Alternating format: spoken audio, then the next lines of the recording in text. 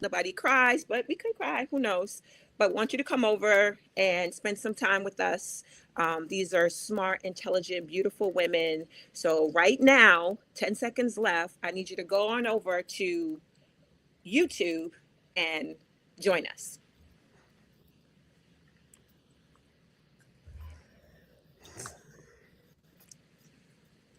Hi, Hello, how are you?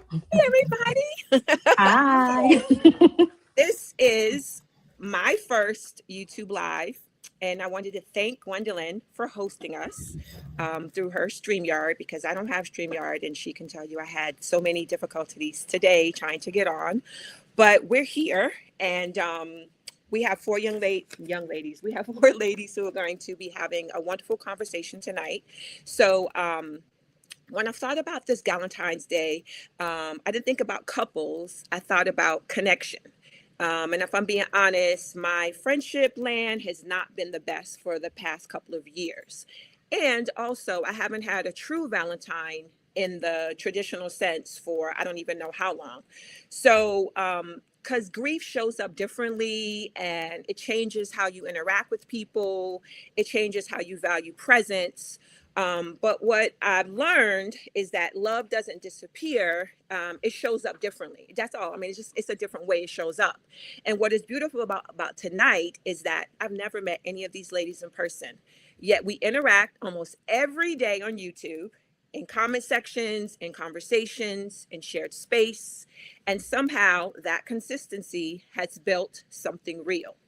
It reminds me that connection is not always about proximity, it's about presence.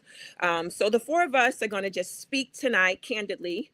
Think girlfriend Zoom, energy, honesty, openness, respectful, real. Please feel free to chime amongst in the chat. From time to time, we'll all glance over and we might bring up a comment or not. But at the end, don't worry, we're going to open it up for Q&A. So make sure you stick around.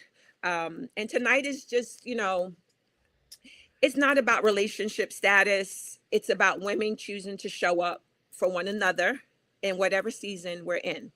Marriage and its longevity, like Alieze, marriage and its intention, singlehood, widowhood, youth, growth, becoming.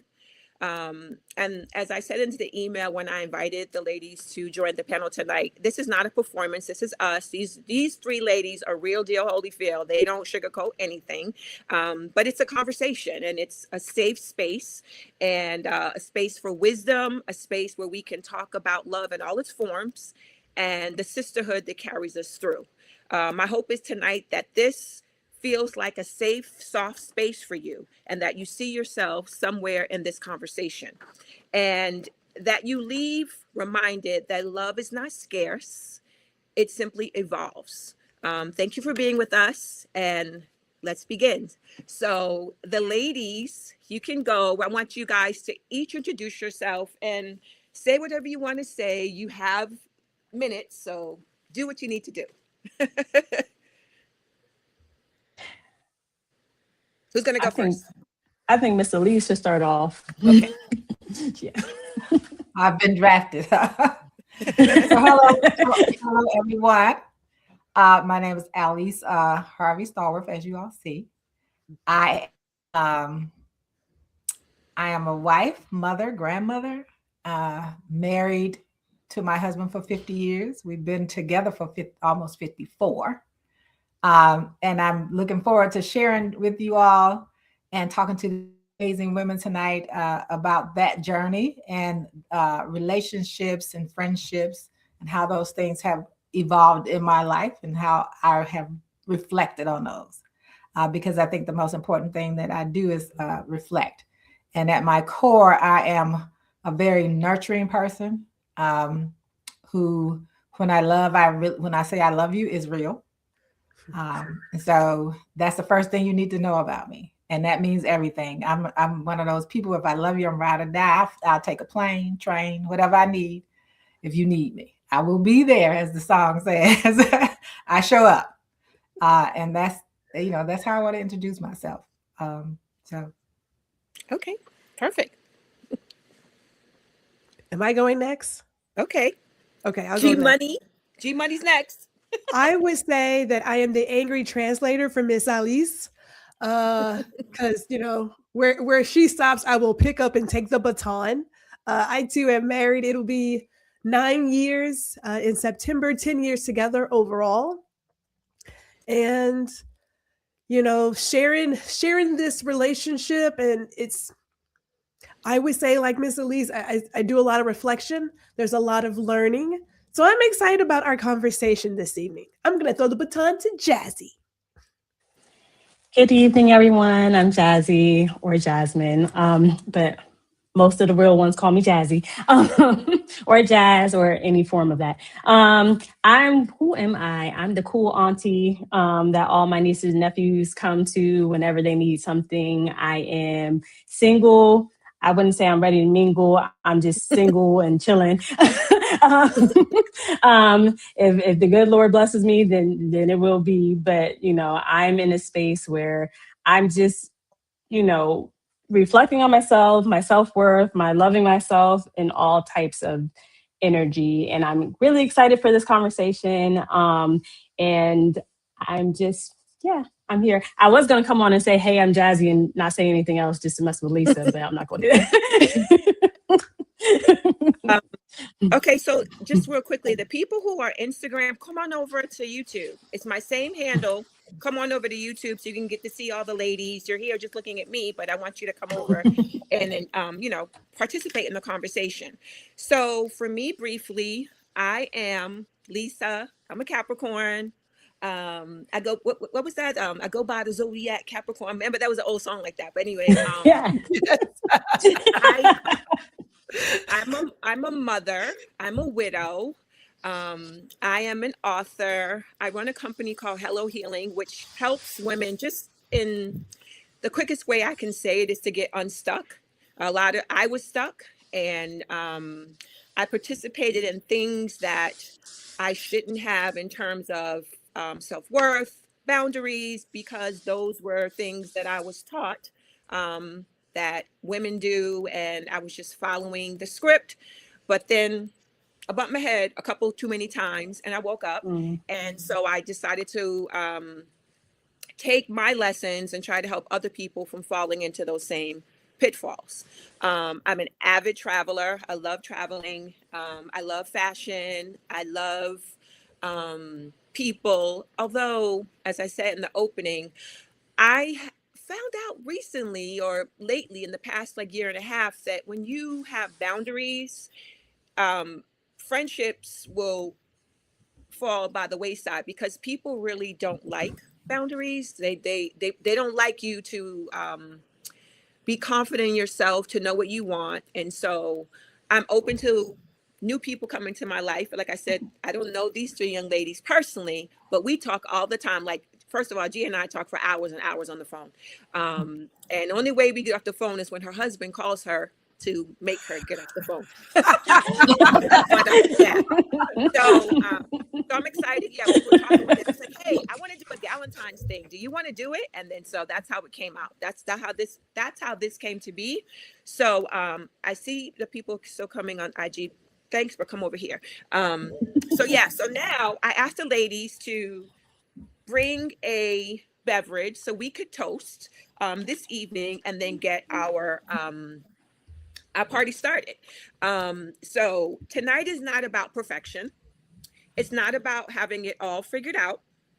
It's about women choosing to show up honestly, vulnerably, and powerfully, to friendship that feels safe, to conversations that feel healing, to growth that feels intentional, to the bridges we've burned, to the women we're becoming, to the peace we are no longer willing to negotiate, and most importantly, to loving ourselves loudly, fully, and without apology. Happy Galentine's Day to us. Cheers. Cheers to that. Yes. I love it. Oh, wait. So I'm not drinking. I got lemonade in my cup. I'm pretending, my sparkling water. You have sparkling water. Alieze, Made what it do you have? fancy. I have homemade sorrel. Ooh, I love it so much. Yes. Did you put ginger in yours? Yes, I put ginger, plenty of ginger in it. It's so good for you. I posted yesterday in my stories about hibiscus. I mean, obviously hibiscus leaves make the sorrel, but I make that like every day. It's so good for so many health things. So if you haven't tried it, you should try it. And what are you having, Miss Gwendolyn? I am drinking absinthe. Now, I know what it is, but can you tell the people who are watching us what that is? It's a spirit. It is a spirit, right?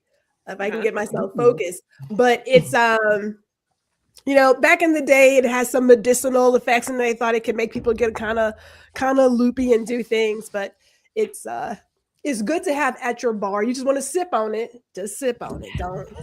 But you will not have any kind of hallucinations like in Girls Trip. That's not true. Okay. It Yeah, won't do I that. heard it was like that. That's why I asked you to explain it No. because I heard it was It will not do. It'll hit you really quick though, but it won't have you hallucinating. No. So so no let big gulps, huh? No big gulps. No. and do you have Sip it slow. how do you have it, neat or iced? I have it neat. Oh, okay. So just me and a whole bunch But of it's spirits, right? green. Ooh, ooh, Yeah. ooh. Oh yes, green. Okay. Pink and green, baby. So No, I'm not that, but I like I pink and I green. well that why does everybody know that green is your color this year? You know how Pantone Yeah. has the colors of the year? Well, this year G's color is, do you have a particular green or any green? I have 5 greens I'm working with from Okay. light to dark. Hmm. And I And they all see, represent something different. oh, okay. Oh, that's cool. That's cool. I see some of our regular, people in the chat because I was like, we're the people, but I didn't have it on chat. I don't know how to do that. But Dr. Tachi, Hellier, Kimmy Kim, and when you guys see people, if you want to shout them out too. But let's start off with the OG in the building, the wisdom carrier that we all rely on for all things, especially political things. So Miss Alieze, Yes. what does love look like in your life right now? Right now, not historically, but presently. So love for me right now starts with me. That's the first starting place. It didn't always start with me. At one point, it was right now. It starts with me, and me making sure that I do have some boundary. And it's also showing people how I want to be treated and how I want to be cared for. So love at one point, the phrase "I love you" became so overused to me. Now I watch people. I want to see people love you because I love you is not loving someone is not just mere words. It's also an action. So for me right now, love is about the actions that things I do with people, for people. It's the support that I give. It's just reaching out to people, letting them know that you're thinking about them. That incorporates love for me. Love is just, and it's also reciprocal.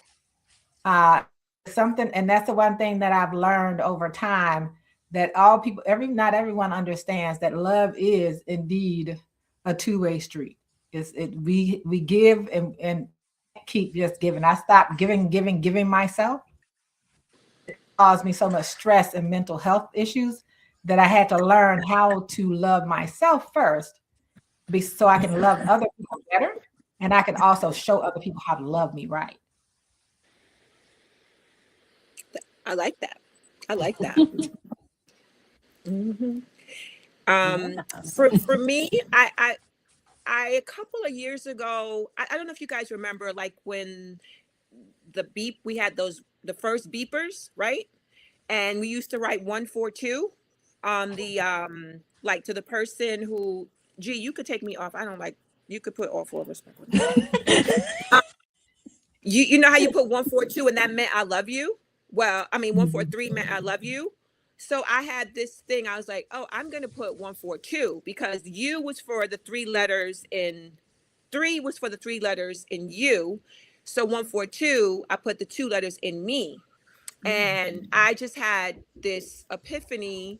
And after much therapy, whatever, like, people treat you how well and this is my opinion, how well you love yourself. And so I wasn't loving myself properly. And so I literally put 142, you can't see it probably, but I have 142 tattooed on my wrist. So I'll never forget to love myself first. And if any relationship, I don't care who it is, I know I have this thing with my mom all the time. She'll be like, oh, call your cousin. No, no. Well, your family. No, because guess what? Family can be toxic as well. And if someone in my family is making me feel less than good about myself, scissors. So yeah, I think that loving yourself is paramount, and then that love disseminates and actually attracts that back to you. Yeah, I agree. And one thing I wanted to add is I have my oldest sister started having children when I was 13. So her youngest was born when I was 15. And he has this habit of always saying, I love you, but he's never shown it. Like all these years, he's never been to visit me where I live. So one day I told him, I said, you don't love me, you love dear and access to me. So what I can do for you. And so it bothered him a little bit, but I think that sometimes we have to let people know that when they say it, we have to let people know it's hard.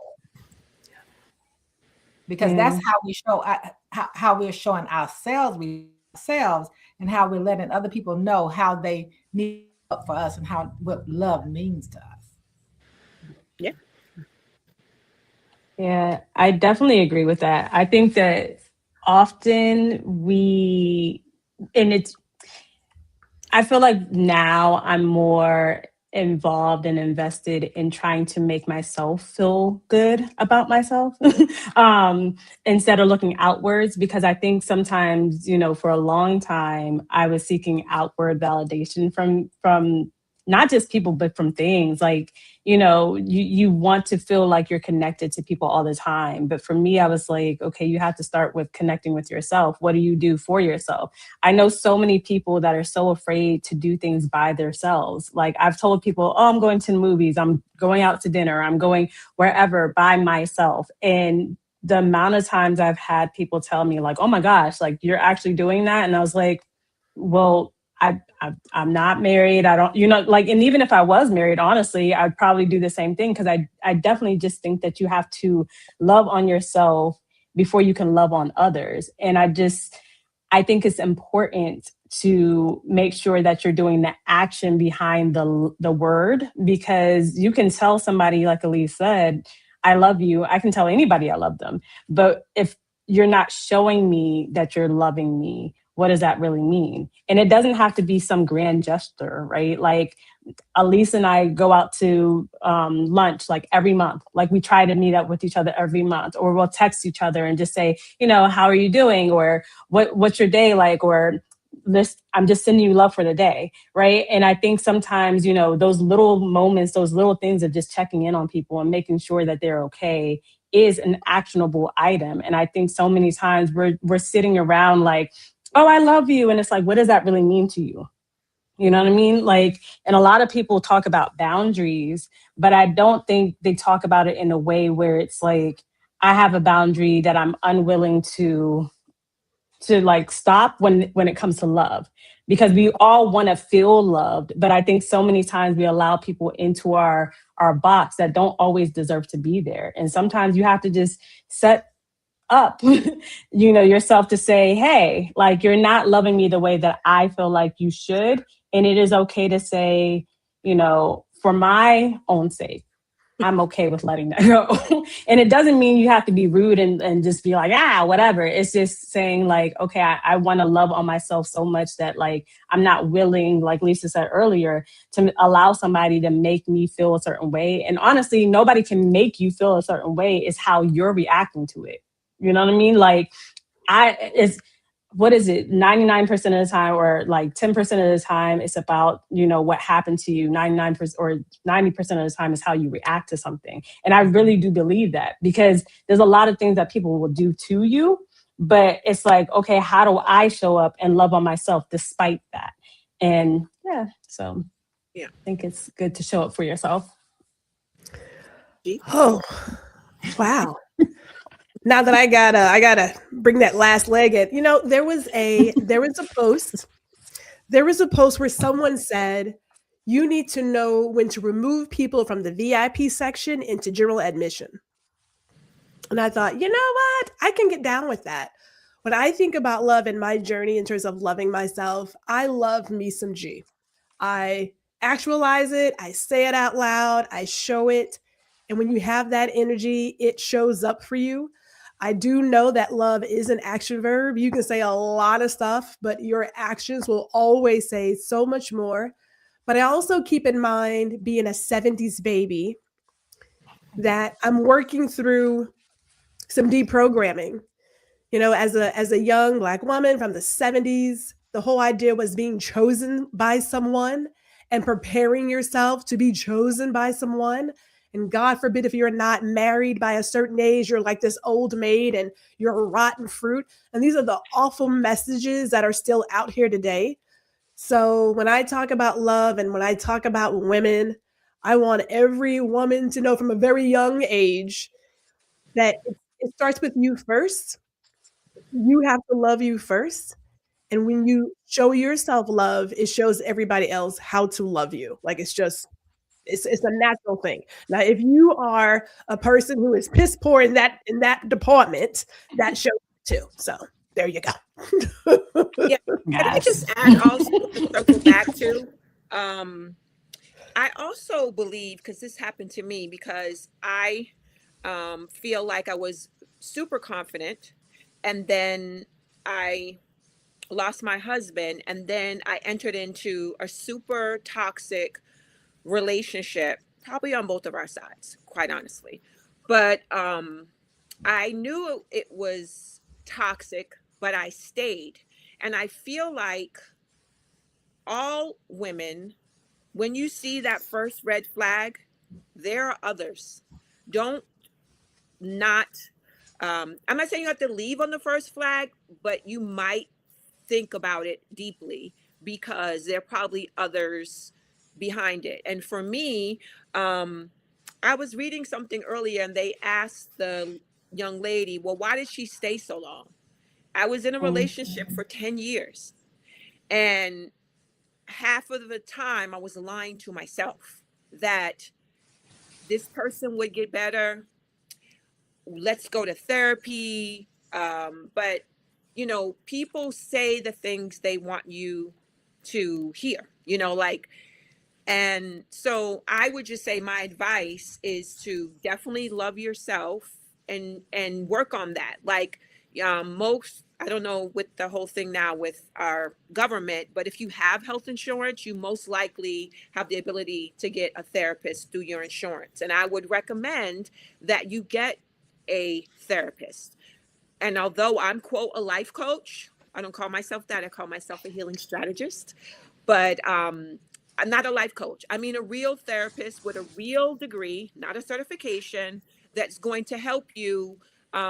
Because what people might not realize is a therapist is not going, they're not supposed to tell you the answers. They want you, they're giving you little bits and pieces for you to have the recognition yourself, so you can have the epiphany. So you want to, if you decide that you want to go to therapy, and I tell this to some of my family members as well, you can interview them, and if one doesn't fit with you, get another one. You can just switch out. You don't have to stay with somebody who you don't feel aligned to. But I would definitely recommend therapy, and I would definitely recommend, once you see a red flag, to maybe bounce. And depending how old you are too. Depending how old you are as well. I mean, especially young girls. I mean, if you are older, like I'm thinking about that now. I'm older and I really don't have the patience for a red flag. Like, honestly, no. Yeah, But I would. topic of red flags too. I had a post probably a couple of that's been up for years. Stop trying to change red flags to green. Right. Yeah, if you're not cautioned, that red flag is a stop sign. It means stop, let go, and move on. It's not going to change, because what you cannot do is you can never change someone else. Nope. And as you said, Lisa, one of the things that I told a man this one day, I said, you trained to tell women what you think they want to hear, not actually reveal who you truly are. And too many people, and that's on both, I've had men in my life do it and women in my life do it, who spend so much time in relationships trying to turn those red flags green and misery. I had a friend who lived in misery for over 30 plus years until his wife died. Then he died not without ever being really happy. That's a long time to see everything and caution and spend your time trying to make a red flag turn green when it's not. It's just red. It means stop. It doesn't take 10 of them. It doesn't take 10 of them. Just let it go. And I know it's easy to say and not all and hard for people to do, but I've been since young able to let a red flag go. Yeah. But also too, I think that people need to remember this is not just for a romantic relationship. This is for girlfriends, for, you know, be mindful and look with a side eye. The people that say, well, that's your auntie or that's your uncle or whatever. Like, no, my husband used to say, everybody is eligible. Meaning like anybody can get it.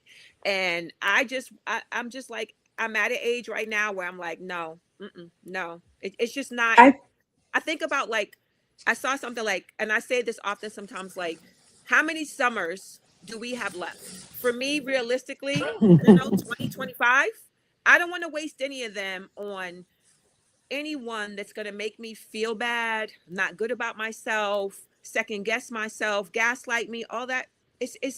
And I've also come to the realization that I might not find, a new mate, and that's okay too. Gwendolyn always gives me when I say things like that, she says, no, she tries to give me hopeful advice, but I'm not against it. I'm just saying I'm not like actively searching for it. And it's definitely not in my DM. So all the guys who are in my DMs it's not going to happen.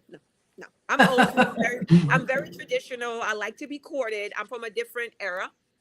And so these new guys, they're just different. These guys are different. Go ahead, G. You had something. Well, I'll let Jazzy go, and then I'll go. I was just going to say, when people show you who they are, believe them. That's what Maya Angelou said, right? Like, I feel like sometimes because people don't want to be alone, they tolerate certain things that they normally wouldn't just because they want that companionship. And I think that's where the loving yourself and knowing yourself comes in, right? Like, I haven't been with somebody in a very long time, right? And sometimes I do look at myself and I have these things about me where I'm like, oh man, like I must not be worthy or I must not be whatever. And I have to immediately say like, okay, no, you can't think that way, right? Because your self-worth can't be tied up in everybody else. And it's very hard sometimes when you do see everybody around you having experiences that you don't have. But I also think that it's like, we sometimes want somebody around so bad that we're willing to overlook red flags. It's not that we don't see the red flags. We see the red flags. We know the red flags are there. We just ignore them because we want somebody sitting beside us. We want to say, look, I went on a vacation with Boo Bae. We want to say, like, instead of just going and having a good time by yourself, right? We're so afraid to do that. One of the best vacations I ever had was by myself. Right. And at first, I remember at the time I was like, oh my gosh, I can't believe like I'm actually going somewhere by myself. And I felt really insecure about it. The best time. Went to the beach, laid out, woke up when I wanted to, went shopping when I wanted to, had some yoga time, had whatever I wanted to do. And I think so many times we tell people like you have to have a companion in order to live your life. No, you don't. Go to the restaurant. You want to go to Ruth's Chris Steakhouse and eat whatever, go ahead and do it. If you want to go to Morton's or wherever the experience is, you can do it by yourself. Don't be afraid to. And I think so many times we tell women especially like, okay, your worth is tied up in some kind of man. And it's like, no, it's not. No, there's nothing wrong with you if you're 40 and you don't have a spouse, right? Like there's nothing wrong with you. And I need us to stop allowing the red flags to stick and be willing to look at ourselves in the mirror and say, it's okay to be by myself and do and experience things by myself. And then try to find a community elsewhere, right? Like Lisa said at the beginning of this, we have never, most of us on the screen have never met in person, right? Like, but yet we have community every single day.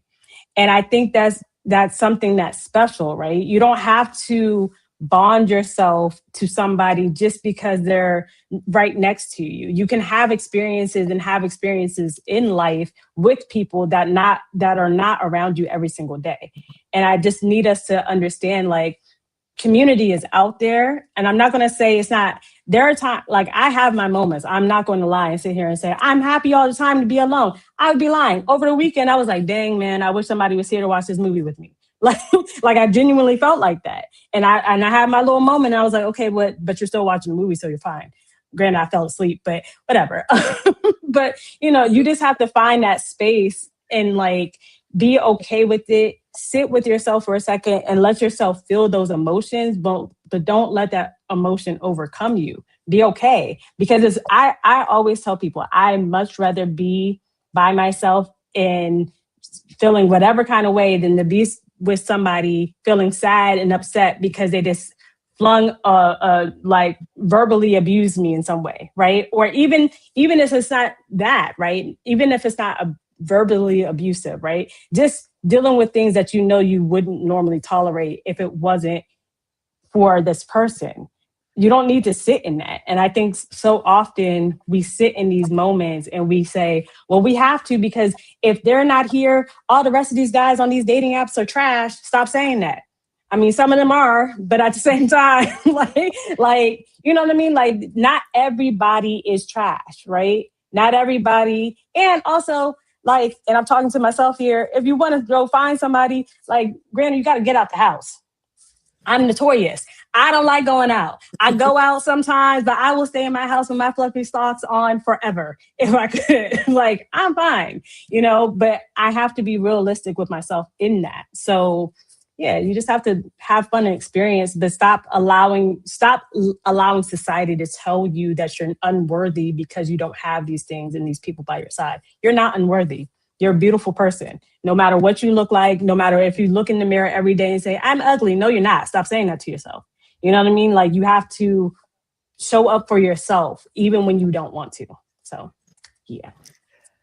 I will say about the red flags, the messages from society. This society does not value being an individual, especially for women.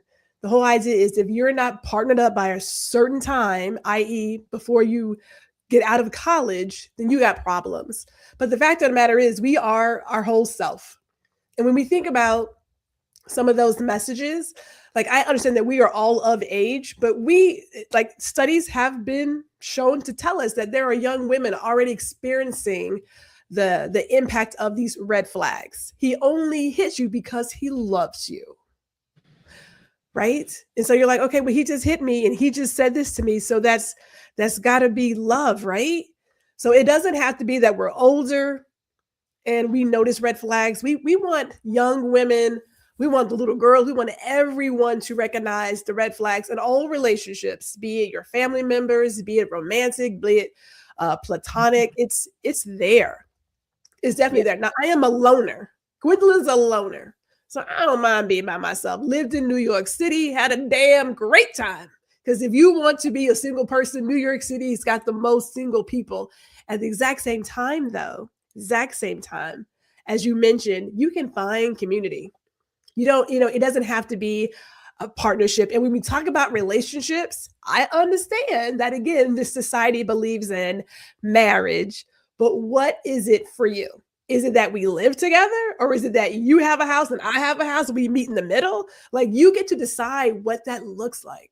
That's for you to choose. I know we're given values as a child, but at a certain point when you become yourself, you get to decide whatever it is that you want to do for your life. You just have to go out and get it.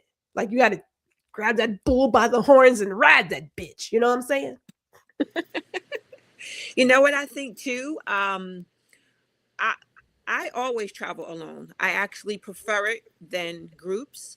But what I find that is people try to gaslight you, strangers, maybe friends too. Um, why are you traveling alone? Well, I mean, I literally had someone one time when I traveled ask me, was I working? I'm like, what do you mean? She thought I was like, there for a sugar daddy or something. I'm like, no. She goes, why would you travel alone? I love it. Like Jazzy said, you can do whatever you want to or do nothing. You can lay in your bed all day and get room service, or you could go out and do excursions. Now you have to be smart about doing excursions. But, when I went to Mexico, when I wanted to go to some of the cenotes, I literally hired someone to drive me around all day and go to the cenotes with me. So I was always protected with a man. I got the person from my hotel. It wasn't somebody that I, picked up on the street. My hotel secured the person for me. But I think every woman should definitely travel by themselves. It's so it's first of all, it's a reset.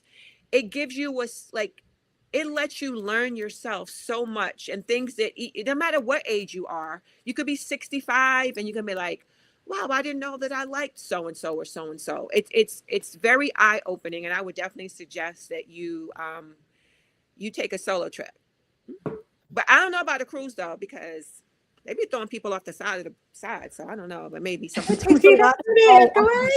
It takes a lot. People who are falling off the ship is like, what are you doing? Standing on the rail? What are they doing?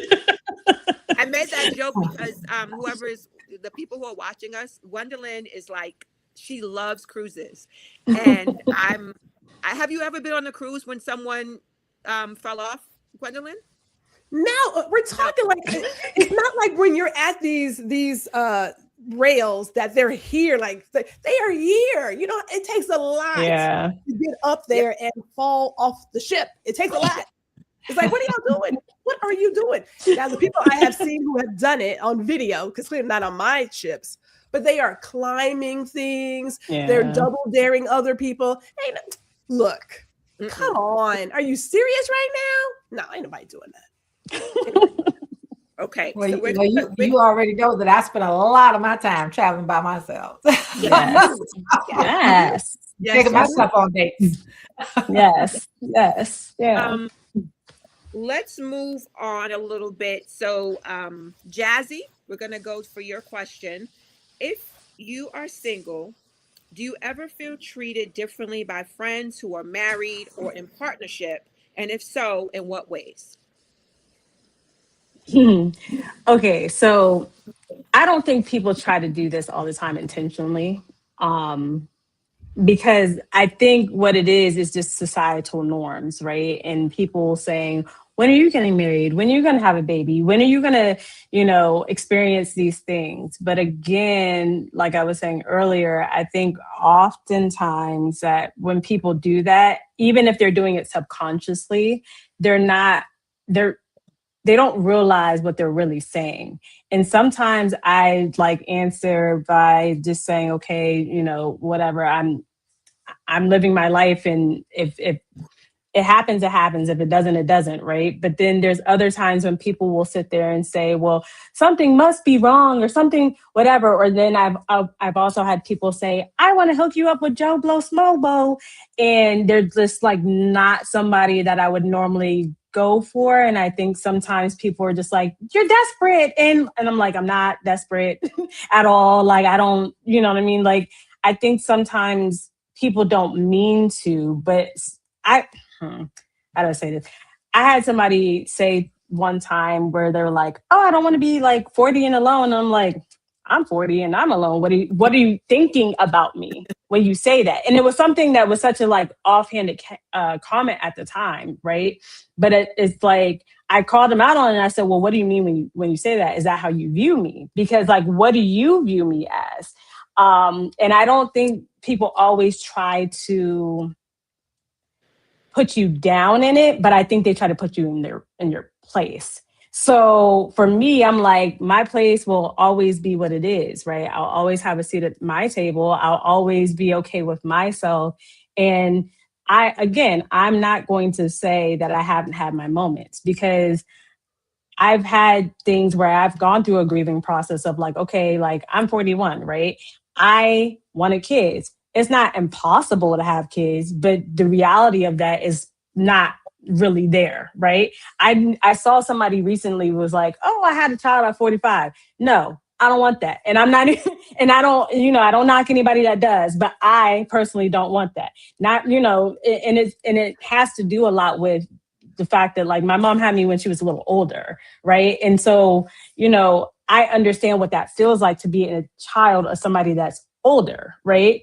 And so for me, that's never what I wanted. And some people will come up to you and say, trust God's timing. And sometimes it's like, yeah, I know you're trying to be encouraging, but like, that's not encouraging in some ways, right? Because then you see the other side of it where it's like, everybody's always kind of like, God answered all my prayers and you must not be praying hard. And it's like, yo, what are we saying here? Like, so I just think that sometimes people unknowingly say and do things to try to belittle. And I kind of think it was kind of what, like Gwendolyn said earlier, where it's unlearning what we were taught as children, the Cinderella effect of like, you're going to get that glass slipper and this guy is going to come up to you and he's going to, sure, it may happen. And I'm never going to say never, right? But what I am going to say is if it doesn't happen, I still have to live my life and be okay with me.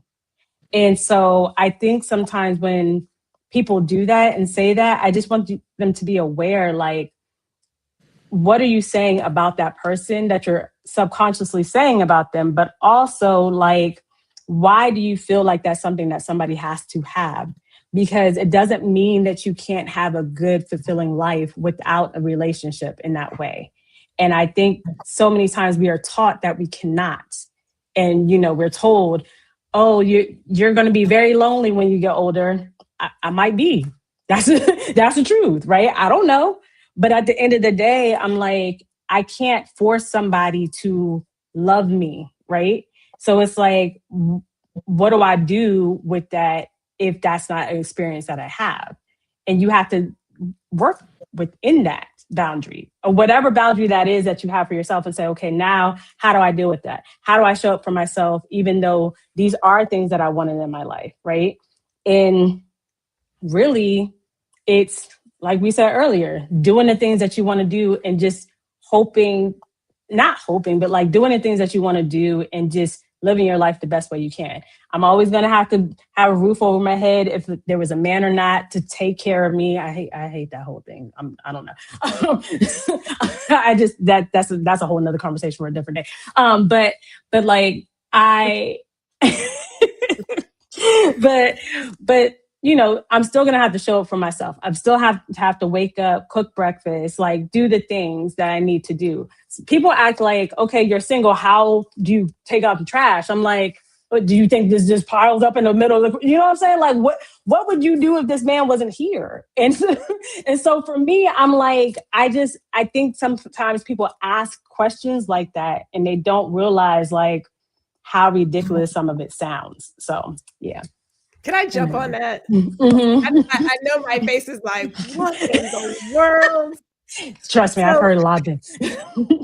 So I will say this. I will say, as a person who didn't get married till I was 42, people do tend to see those who are single as having so much more time, not having anyone looking for them. It's like, where you're single, you can work later. You can do a 4-week trip away from your home and your loved ones because you're not married. Right? This society puts a lot of heavy emphasis on marriage. And I think it's great. I am married. I get it. However, I go back to humans just need other good humans. There are whole communities now where it's just women. It's all women. It's not a man in sight. Right? And people are happy and they're at home. They are one with themselves. So when we talk about relationships, we immediately go to something that is romantic. Our best relationship, our most loving and longest relationship tends to be platonic. And it tends to be a friendship that has lasted 20, 30, 40 years. That if we lost that one friend that we've had for 40 years, we're like, dang, man, I don't know what to do now. Like, I don't have her, him, or whomever in my life anymore. So I get that when you talk about single people, like, why aren't you like hooked up and why aren't you doing this? And it's like, well, maybe that's not the life that I'm looking to live. There is this idea that women should have some man save them from something. Look, first of all, maybe it's not another man. Can we just all put that out there? Whatever you believe in is what you believe in, but maybe it ain't got to be no dude. You know what I'm saying? So that's one. But more importantly, every single person is worthy with or without. Like, I'm not less because, but I have found this: the people who have not found themselves, and I hate to say find themselves, but they're not solid, they're not complete. They're the main ones looking for somebody else to fill in the gaps, and they're miserable. So they look at you, single person, like, why are you always happy when you don't have anybody? Well, you got somebody, you miserable, so you're not a great example. Just in case you that again. You know what I'm saying? I'm like, if I gotta be, if I have to be with that person and be miserable, I could just do that by myself. Like, I don't need somebody for that. Yeah. That's why I put my comment in there earlier. Sometimes those people that are out there saying those things, Jazzy, want you to live the same miserable existence they're living. They do. They're not all that happy, you know, and that's just the truth. You know, I have been married a very long time, but it came about my story is very interesting. But anyway, but you know, but for my children, I have 3 children. I was like, live life. You know, I tell my son, go out there and live that life, travel. He said, I'm going to go and spend a month in Europe. I said, go ahead, because you don't have a dog, you don't have a child, you don't have a mate, you don't have a partner telling you on their clock. You don't have any of that. Live that life. You know, even as a married person, you got to live your life too. And that person has to also live their life. And I think that's the thing that people have to realize.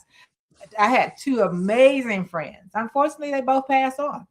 You know, but they were the most amazing, and I missed them constantly because they were the ones. You know, my girlfriend was like, "Look, do we have to go tear something up?" You know? Or do I come up to the school and handle somebody for you? That kind of thing. And I was the same way with her. You know, the same way. And one was male and one was female. You know, and that was that. He had a wife, and she had to understand, I'm his sister. Yeah. I don't want him. And plus, he couldn't handle me anyway, because I had my personality not like that. But you also have to be able to understand what real friendships are. And I think that's the beauty of this conversation as well. It's not just about those relationships with a husband or partner. It's about your relationships with people. Most importantly, your relationship with yourself, which makes you able to have better relationships with people.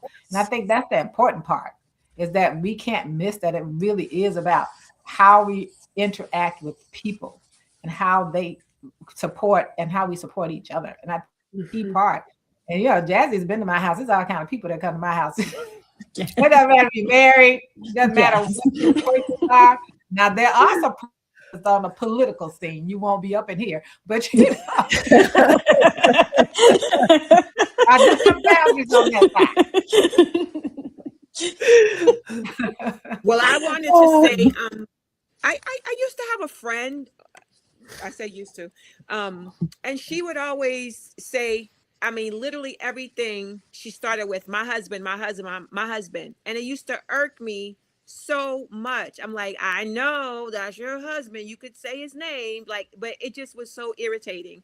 And I have like 2 different things, and then 2 more. And then when my husband started playing for the Pacers, like when we're rookies, there was a wife, I'm not going to say who they are, but she said, I'm so and so's wife. She didn't even say her first name. Oh, wow. And I am like Brooklyn down to the ground, like, who is it? Like, you know, like I was going to fight like in the wives' room, because she came up to me in that, you know, disrespectful manner. And then the older wife said to me, oh, you know, don't worry about her. She's like that. And then subsequently, years later, she got divorced. And I'm like, well, who is she now? Because your identity was your husband. And I think Alieze just said it, or I don't know who just said it, but it's paramount that you have a separate identity and life from your husband, your boyfriend, your fiance. You guys, we talked about trips. Take a trip by yourself. Do stuff with your girlfriends. Have a me day. Go to the play or something with your family. When you realize or you turn around and you're not with your family anymore, you're not with your girlfriends anymore, you're not doing things by yourself to make you happy, that's not probably a healthy relationship. And so I would say try to do things alone. You could like football, he could like football. Doesn't mean you have to do it together. You could go watch something with your friends and he can do something with his friends. And sometimes, ladies, we have to admit we're on our guys' butts because of fear. They might be cheating. Who you going with? I got Girl, that. if he's cheating, let Yeah, him cheat. no. I It's don't have going it. to lead to you most likely. No, but I'm saying a lot of women's like, well, where you go? Why can't I go? Or who you were with? Oof, All no. those questions are to me. And now that I'm older, I don't know if I necessarily did that. I didn't do that with my husband, but I did that sometimes here and there after certain things happen in that toxic relationship.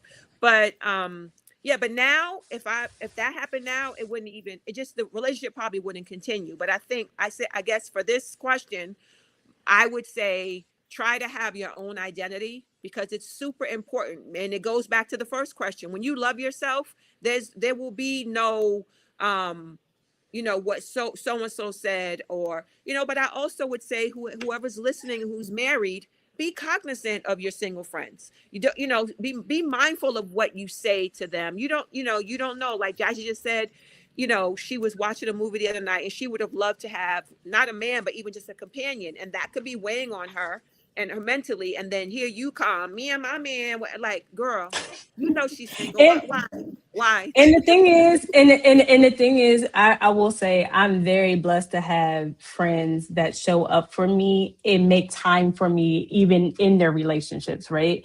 I've Yeah. always been a person, I never will forget, there was somebody in my neighborhood when I was little. Her and her friend got into a fight, and it was because her friend had a boyfriend. It wasn't a fist fight; it was just like a verbal fight. And I just happened to be outside. I was like, "Lord, what is happening here?" But it was something that always stuck with me, and this has always stuck with me because she was saying basically, like, "Listen, you should always make time for your friends." And this is something that I think so often we shut doors on people when we get into relationships, right? And we're like, I'm in a relationship now and I can't talk to you. And it's like, no, you should be able to foster both relationships, right? You shouldn't have to stick in your relationship and say, well, I can't talk to you anymore, girl, because me and my man and my man, because the first person you're going to call when your man does something is me, right? So it's like, you should be able to have your friendship in your relationship and have both and be okay with that.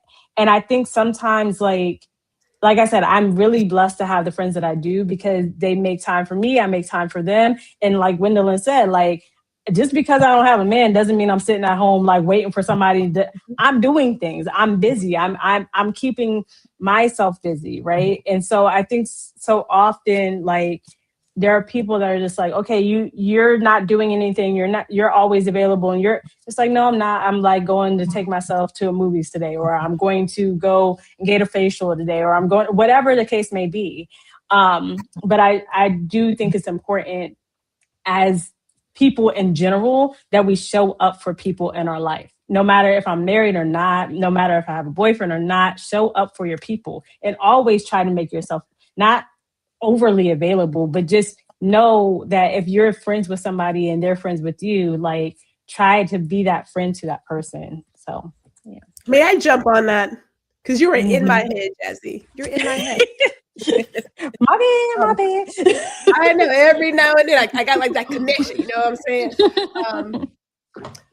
I can't help but point out society, and I'm going to call it propaganda. You can call it programming. But these are the messages that we see in the movies, in our TV shows, on the news. We see that when a woman, not a young man, when a woman gets married, the marriage becomes her entire identity. Her being a mother becomes the entire identity. You have to give space for the husband to have night out with the guys, poker night, this, that, other. You must be at home. That's programming. It's programming. Right. So when people get into a relationship and they are not whole because relationships, platonic or otherwise, because we have people who are really clingy friends. I know y'all know a couple of them. I don't have that because I'm a Virgo, right? I know y'all have a couple of those. When you get into any relationship and you are not whole, you're looking for that person to complete you, but they should complement you. Yeah. My husband and myself, we have things we do together and things we do apart. There is never a question or worry of what's happening. My husband knows my first husband, Ron Foster. He knows. Okay? He knows. I know, right? It's like, wait a minute, I'm sorry. What are y'all doing? You know what I'm saying? And it's good. My male friends, he knows my male friends. They have their own relationship. Right? Yeah. When I got engaged, he went to my best friend to ask her about certain things that I didn't even know about until a year afterwards. I was like, he talked to you? And she was like, yeah. Right? But if you are secure in who you are, if you're secure in who you are, then you don't have the whole, like, your relationship does not become your identity. Now, that may sound judgmental. It is meant to be judgmental. Yes, it is. It's meant to be judgmental. That is that. So figure out who you are before you get into a relationship. If you have not dated yourself, if you don't like your own company, look, let me just take a drink on that real quick. Hold on. Take one of those shots. Take a shot. Yes. You know what I'm saying? Like, look. Yeah, but that's part of doing the solo things, because you should be able to enjoy your own company, right? Yeah. I remember this, when you guys were talking, made me think about this, pivot a little bit. So a couple years back, maybe like 3 years, I think, you guys know who Little Duval is? Yes. He's like a rapper.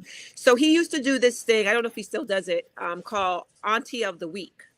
And he chose me to be one of the aunties of the week. My phone was blowing up, and I was just shocked. And then so I started reading the comments, and there was, some people were like, oh, that's Malik Sealy's wife and blah, blah, blah, mostly complimentary. But there were several men who said, oh, she's 52 and she's still single. Something's wrong with her. And I find a lot of women feel they're believing that. Like, they're like, oh, I'll never get married. I'm too old. If you want to get married, there is most definitely your match out there. Like Jazzy said, I'm Jazzy. I'm really feeling like someone's going to be in Trader Joe's and I'm going to find him. He's going to be ringing my doorbell for something. I don't know, but I don't really go too many places to meet a guy. But how I joked earlier, a lot of guys come on my DM, but I know it's because of my bathing suit content.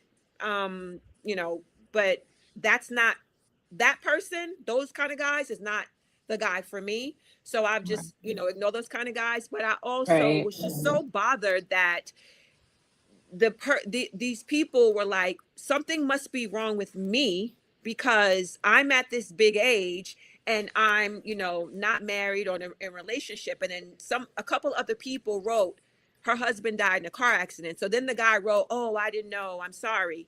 But that shouldn't be the reason that, you say sorry, you make judgment upon some women, the same way that we make choices not to have children. I do have a child, but some women make choices not to have a child. They're actually making conscious decisions not to be in a relationship. And that's okay. I'm one of them at this point. Like I said, I'm not really searching. If somebody comes around, that's great, but I'm super content.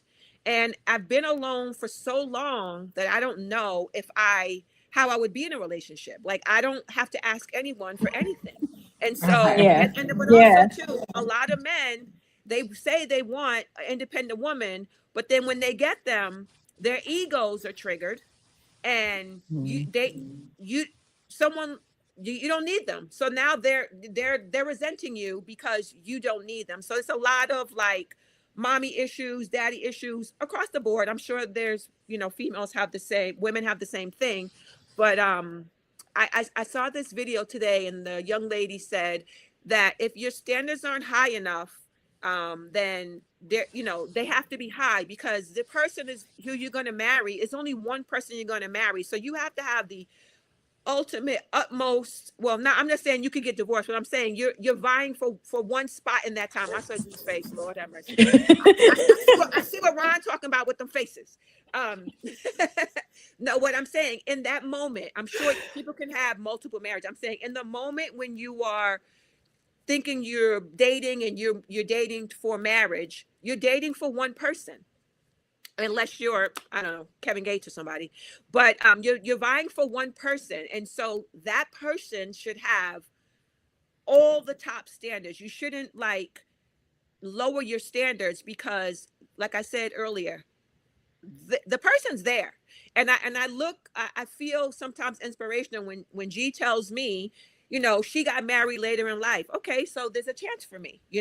She's younger than me, but I mean, in terms of like, she wasn't 22. They weren't high school sweethearts.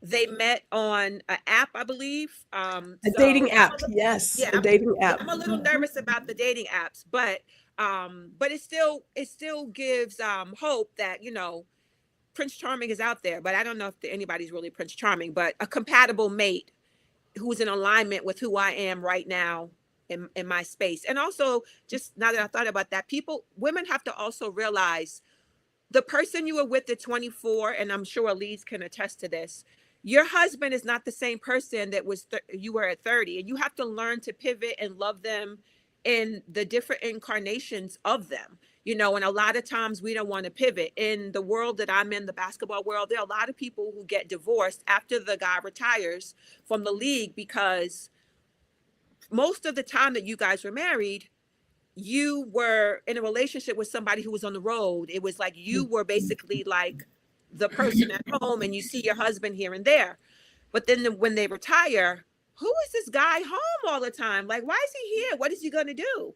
And so that causes friction, because we like what we like, male and female. And when someone comes and messes up our, thing we have going on, it can cause problems. So yeah, I don't know. I always think about that. Like, I don't know and I'm also very picky. Like, if you just have the wrong shoes on, I'm going to be like, look at his shoes. And I know that's bad, but I know it's going to irk me. And so let's just not even move forward. I'm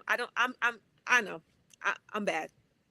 Well, that last part where you were talking about when they retire and they're at home, made me think about during COVID and how many people got divorced because of COVID. Yes. So, my husband and I had a ball. We were like, all right, we can go walking. We don't have to do anything. We were like, okay, this is fine with us. It didn't matter that we had to be inside. What are we eating today? Where are we going to walk today? That didn't bother us at all. I said, those are the same ones that hate snow days and their kids. Oh, yeah. When are you gonna let these kids go out here in this 20 inches of snow? They're cool. Those same people. But I think you have to. The first thing that you have to know, even when you talk about standards, the first thing is you have to know is you. Yeah. What works for you? I've been married a long time, and I know we'll talk about that later. I've been married since I was 19. And a lot of people are like, how did you know? It's like, so mine was more divine, but the list of things was very short.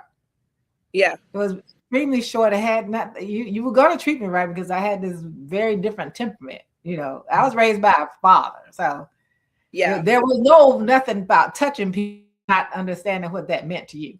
So, and you would definitely be alone. But, it's those things that you have, that's the first thing that came. What do you know about yourself? And then, because I always tell people, when I'm praying for this, I said, so you pray for tall, dark, and handsome. You forgot to leave that you didn't want him to be crazy. Mm-hmm. You didn't want him to be abusive. But you just for a thing that society told you should be what you're looking for. And maybe that's a difference. Society didn't have time to tell me anything. Because you were so young? I was young, but I always felt that I was raised by my relationship with my mother wasn't the best, but men that God placed in my life. My father, the man she was with, showed me such examples of what men were, how they could love people. Yeah. And so they were very loving people. So their sacrifice was just all the time. They weren't any of those things. And so my standard was based on these loving people. Yeah. And so I didn't know any of the other bad habits. And I was very observant. I'm the person that will sit in the corner and watch all of the people first. And I know who I don't want to come next to me. I just kind of instinctively knew I had some instincts that were inside of me. Yeah. So I could tell things. But I think the biggest thing was knowing what I could and could not live with, which is a question I asked my niece. She's single now. My kids blame me for it. They said she's still single at her age now because you talked to her before she got married. She was all set to get married. The wedding, the gown, the reception, everything was paid for. And we talked one day and she was telling me these little things that bothered her. Like, I went outside and he said this. My sister called and he said this. And I said, so my question, I have only one question. Can you live with that for the rest of your life? Yeah.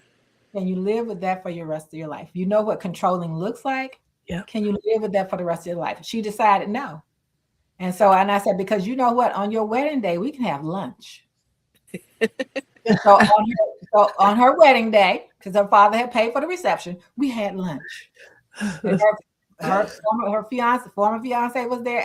All the family was there. We had lunch because my thing was I didn't tell her what to do. Ask her what could she live with. Asked several people that, and they have had to sit and think. And I used to do wedding cakes, and I would tell brides this. We always used to tell brides this. I said, don't start anything just because you think that's what you're supposed to do. If that's not something you want to do for the rest of your life. Yeah. Yeah. And either you're going to marry or not, but I didn't advise people not to. I just said, what are you willing to accept? Yeah, because once you're in it, you're in it. And then it's legal, and then there's ramifications for undoing it. So I applaud her for being, of sound mind to be like, yeah, this is not good for me. I'm not going to do it. Because some people will go through the whole thing just to save face, or they don't want to waste their parents' money. Yeah, no. Yeah, she didn't do it. She hasn't gotten married. I have to get them right. Niece and her husband passed. So my great nephews are now she's the guardian for them. She's the one for them. So she never had children of her own, but she has 3 sons. Your children can come to you in different ways as well. But yes. She didn't look at it as a flaw in her. She looked at it as that's an absolutely good thing to think about. And now I can reflect on all of these things that he's doing. What is it going to be? Because your life changes when you say I do. Yeah. Yeah. Life changes with the word I do. And it's not just actually you and him. It's now 2 families with so many people, even before you have children. It's just like normally, there's probably families, bride and grooms that don't have family, but for the most part, 2 big families are getting together. And so, let's make that a question. It wasn't on our list of questions, but so this could be someone in just a regular relationship, not married as well. But what would you do if you were married and your mother-in-law was just the biggest, what's the word? B, and your husband was not really believing that happened? Would you call your girlfriend, your sister friend, and tell her what's going on? Or would you feel a little bit guarded, embarrassed that you're going through this? Would you lean on your girlfriend when you were having trouble with your mate, whether husband, fiance, or boyfriend or girlfriend? Anybody could take it.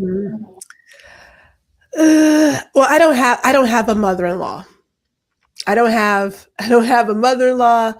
Granny has already passed on anything. And where we are now, granted, we did get married older. And I do believe because we got married older and we knew ourselves, there's a difference in how we approach anything. I mean, there is the hot dog incident, right? That everybody kind of knows about now. But other than that, like there really hasn't been any issues. But if I was to have any problems, I would probably call my mother because she's a minister. I'd probably call her. I don't know if I wouldn't probably go to like a girlfriend or something. I would seek somebody who could give me some really good guidance. And that's for everybody, that depends on who you see as being a reliable resource. But I would go for some guys like when Ms. Alieze was talking about your niece, you say, I remember my sister was engaged and we have an older cousin who was there at my parents' house and witnessing how they were interacting. And he said, I wouldn't know that you two were engaged because that doesn't look like love. The way he treats you, the way he talks to you doesn't look like that. So if you know someone that you trust and you trust their advice and their wisdom, then you would go that route. My parents were married for 50 years before my dad passed away. The day after they celebrated 50 years. I have seen good and bad. I have seen rich and poor. I saw sickness and health. So if I had any issues and I need to go to somebody, it would be my mother. Right. So in terms of like the topic we're having today, Galentines and sisterhood, for you, that sisterhood is not something you would lean on. Like I'm Greek, I'm a Delta, so we say lean on the shield. You wouldn't lean on the sisterhood shield in something with that kind of situation. No, okay. As a Virgo, we already give good advice. So for me to get advice for somebody else, you got to come correct. You know what I'm saying? So with that, that's gonna be Mama, Miss Houston, Ms. Houston, yeah. Okay. Because I'm just like, can I go to you? Not so sure about that. I have great girlfriends. But you know, Virgos are just a little particular when we get our advice. You know what I'm saying? Okay. For me, it's like, I just look. We gonna fight this out. I'm going to get in it. I don't ask people, and I think because you know, when my husband, we were two people. Like we both had big size family. We used to be next door neighbors and family, and they were always around. But we became each other's friends. So if we have an issue, it's like, and I'm very honest, there's nothing that anyone in my life can tell my husband that he doesn't already know. Things he can tell people that they don't know about me, but there's nothing they can tell him about me, because no matter what it is, good, bad, or indifferent, whatever it is, I take it to him. Today, you know, that really got on my nerves. So we're going to talk about that right now. And what I tell him is this: we have a right to say what we have to say. We also have to feel the way we're going to feel about it. And I promise one of us will break, and we can talk about it. We can talk it over. And it may take him long because it takes him a longer time to process than me, because I'm the hot-headed one. He's more, my husband is, woof, he's Mr. Zen. I'm telling you, he is Zen. If you ever meet him, you're like, wow, he's like, yeah, he's very quiet. And so, but I've never sought someone else's advice on how to handle anything in our relationship, because I've always taken whatever it is to him. Whatever it is, feeling bad. It took me a long time to open up and share with him when I was going through my severe depression. To live and not die. I've shared that with him. But that's it. But any other thing, I always just, we have to fight it. We have to take kids, be like, man, y'all talk. Our kids like, y'all don't argue real stuff. Y'all just, you fuss about politics and stuff like that. But no, it's like, it's things that have nothing to do with our relationship. Yeah.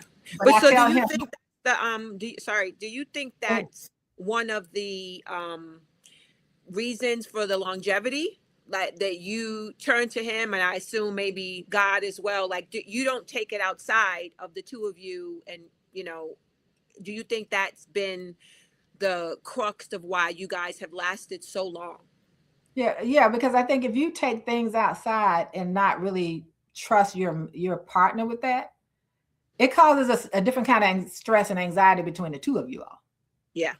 Because a part of it is you don't know when someone that you talk to is going to talk to them and accidentally, quote unquote, accidentally say something.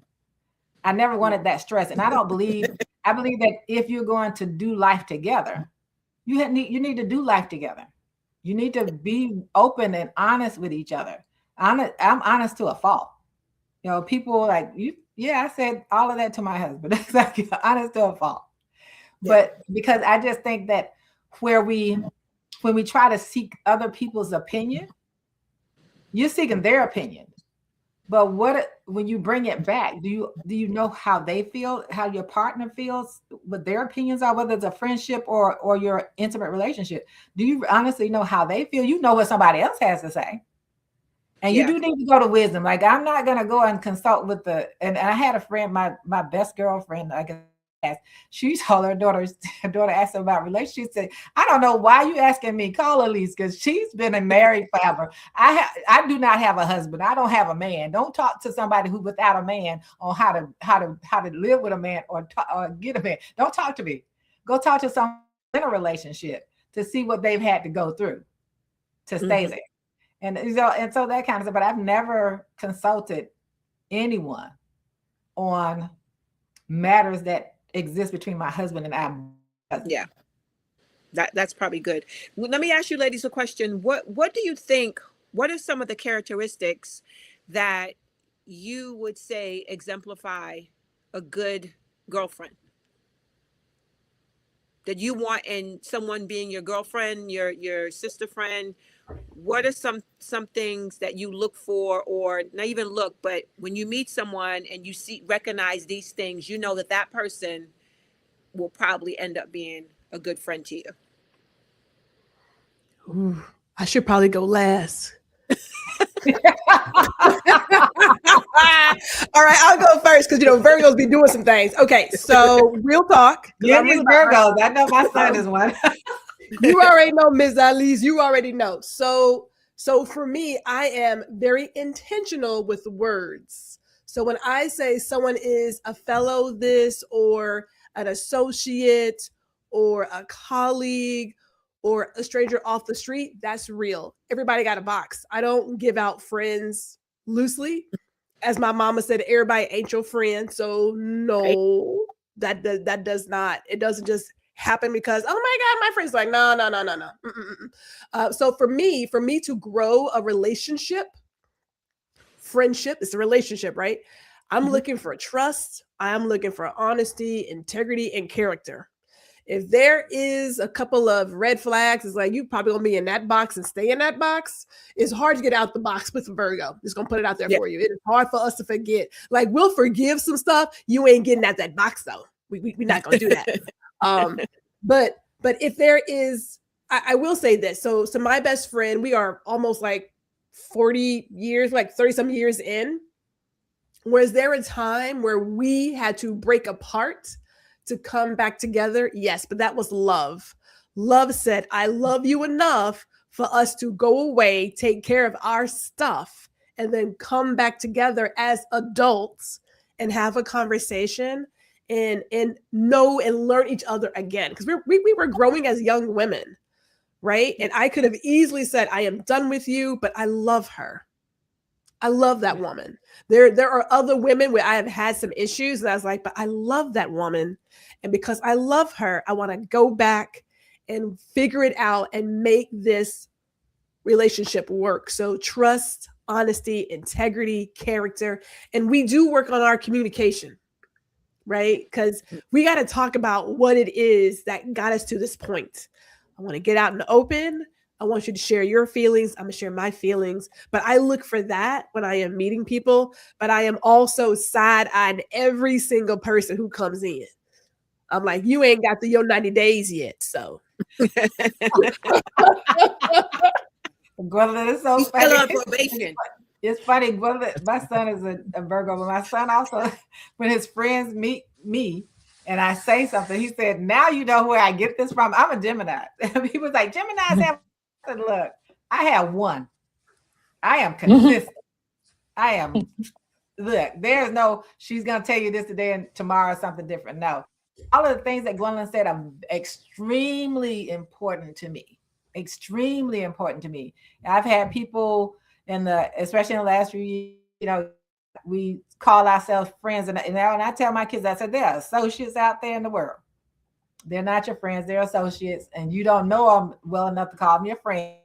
So, you know, you talk to me, we're talking every day, and then you decide to attack me at my character. Now we drawing lines. And so Gwendolyn, there's no box. They're not in a box. They don't out. exist. They're just out. Because I'm not coming to the box, back to the box. That box is already at Goodwill. I'm not coming back for it. Because because your character and honesty and authenticity, all those things are very important, because that trust is something that once you break it, it's so hard to try to rebuild. And once you break my trust, that's it. And I've had friends, and it's not just female friends. I had friends, and Jazzy, it's kind of like what Jazzy was saying earlier. I'm not the glass for you to break. I replaced the glass with plexiglass. Now it's unbreakable. So you can't knock on my glass anymore. It's done. Because that's how some people compartmentalize you.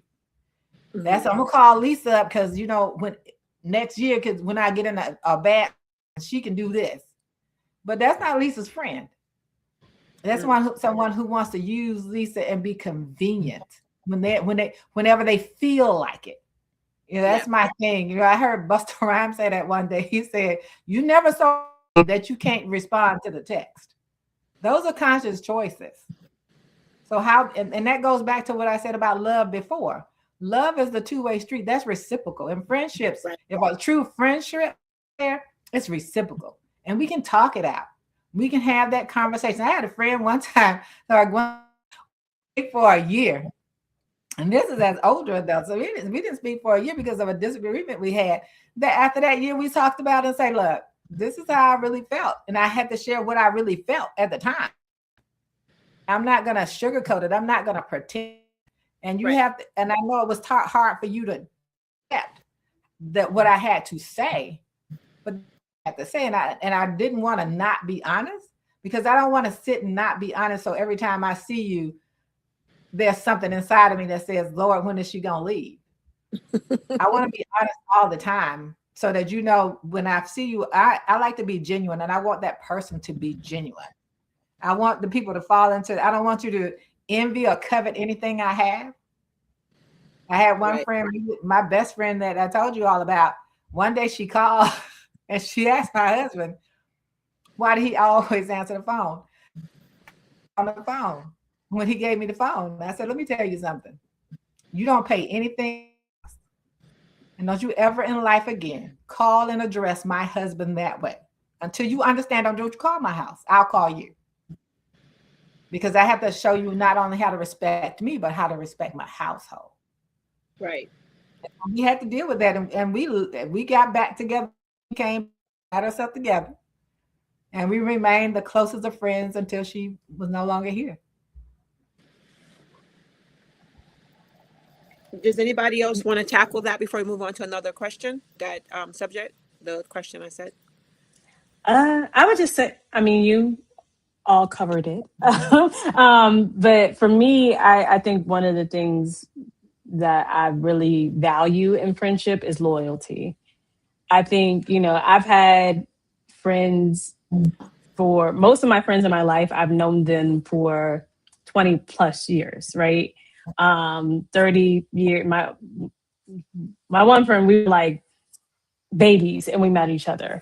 But I also think, like, what Gwendolyn said is about, like, if you truly love somebody, sometimes you do have those moments in that love where you have to let them go, especially in friendships, I think, because there's moments where you grow apart, not because you dislike somebody, but more so because of the fact that it's like, okay, I'm growing in this area, you're growing in this area. And it doesn't mean we're bad people because of it. It just means that we are not in the same place and we're not in alignment anymore.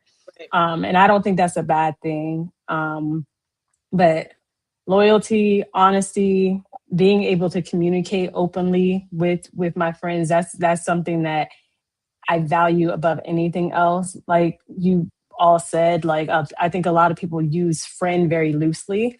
I don't have a lot of friends. I have a lot of associates, but I don't have a lot of friends. You know what I mean? And for me, it's like I know, that I want to communicate with you, you want to communicate with me, and we both make space for each other. And it's okay to make that space for each other. And it's okay to say, hey, that sounds silly. Like my friends are very honest with me and I'm very honest with them. I remember I was talking to my friend the other day and I was like, hey, that sounds stupid. Like, and I was like, and this is why, like, you know what I mean? And some people, when you're not in their life for a long time or they don't know you, they're like, oh my gosh, that's harsh. And it's like, no, we know each other enough to say that sounds ridiculous. And then like, come back together and say, okay, I see where you're coming from. And we don't always agree. Like, I don't always agree with my friends and they don't always agree with me, right? It's not about being agreement buddies. It's about being real with each other and having honest conversations with each other and being able to really support one another in a way that we can uplift each other. I've never, and it's weird, like I don't like when people are friends with somebody because they want what they have, right? Like, I think that's the weirdest thing in the world to me. Because for me, I'm like, hey, like, that's their life, right? That's not my life. I'm proud of you, right? But I know people, and I've seen it firsthand, where people will come into somebody's life and because you have access to things, they will want the same access that you have. And I'm like, yeah, I don't want any of that, right? And there's people in a certain kind of world where there's a lot of fake people around them. And I'm like, oh, I don't want that, right? So I just think for me, it's about loyalty and being real and honest with the people that love you, because real friends will be honest with you and tell you the things that you don't always want to hear. You know what I mean? And I think sometimes what happens is because we don't want to hear it, we're like, I'm getting rid of this person, right? And we're so quick to do that. But it's like, no, that person is being a friend to you. And I think we just have to value that in a person, and I'm blessed that my friends and I have that communication. And like I said, we don't always agree, and we'll sit on the phone and be like, that sounds crazy, or like, you know what I mean? I'm very happy that we can have that conversation with each other and not make it like a whole big thing. There's people that I've known every year, on our birthday, on Christmas, on Thanksgiving, on Easter. We will text each other, how you doing? Love you, happy, whatever it is. And then we will not talk into those days. But I know that if I see any one of them, we can sit down at a table and act like we have seen each other every single day. And you know what I mean? Like, so I appreciate that. So yeah, that's what friendship means to me.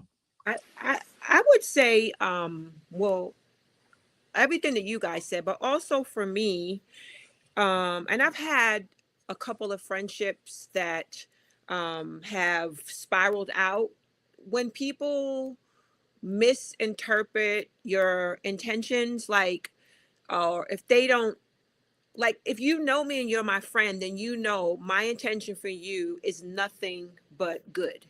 And so when they take that to be something else, I'm like, do you know me? Like, I wouldn't be your friend if I was in competition with you, if I wanted to say mean things to you. So that's something that I don't like. And I like for people, uh, girlfriends, to let both of us let each other be who we are. I have a slick tongue. I will say, and slick meaning, if I don't like the pants you got on, I'm like, girl, where you get them pants from? Like, like, I will say that, and but not meaning anything bad, because I'm telling you what everybody's gonna say when we get to the party. I'm just telling you right now, you probably need to change. Like, and so I'm very honest, and a lot of people can't take that, my honesty, which is, I mean, I can't be anything other than me. And the other thing I would say is support. I've talked with Gwendolyn about this 5,001 times. It I would like friends, girlfriends, guy friends to show up when you need them. And unfortunately, that's not the case. People show up kind of when they think you're on the come up, or maybe like Alieze said, they want something. They see where you're going, but they're coming. They weren't there when you were struggling. And so, and even sometimes, like for me, I have an online business, all kinds of things, entrepreneurial spirit. And everybody can buy something, right? But I see people like wishing, Beyonce happy birthday, or like, you don't know her. She never even posts online. She's never going to see that.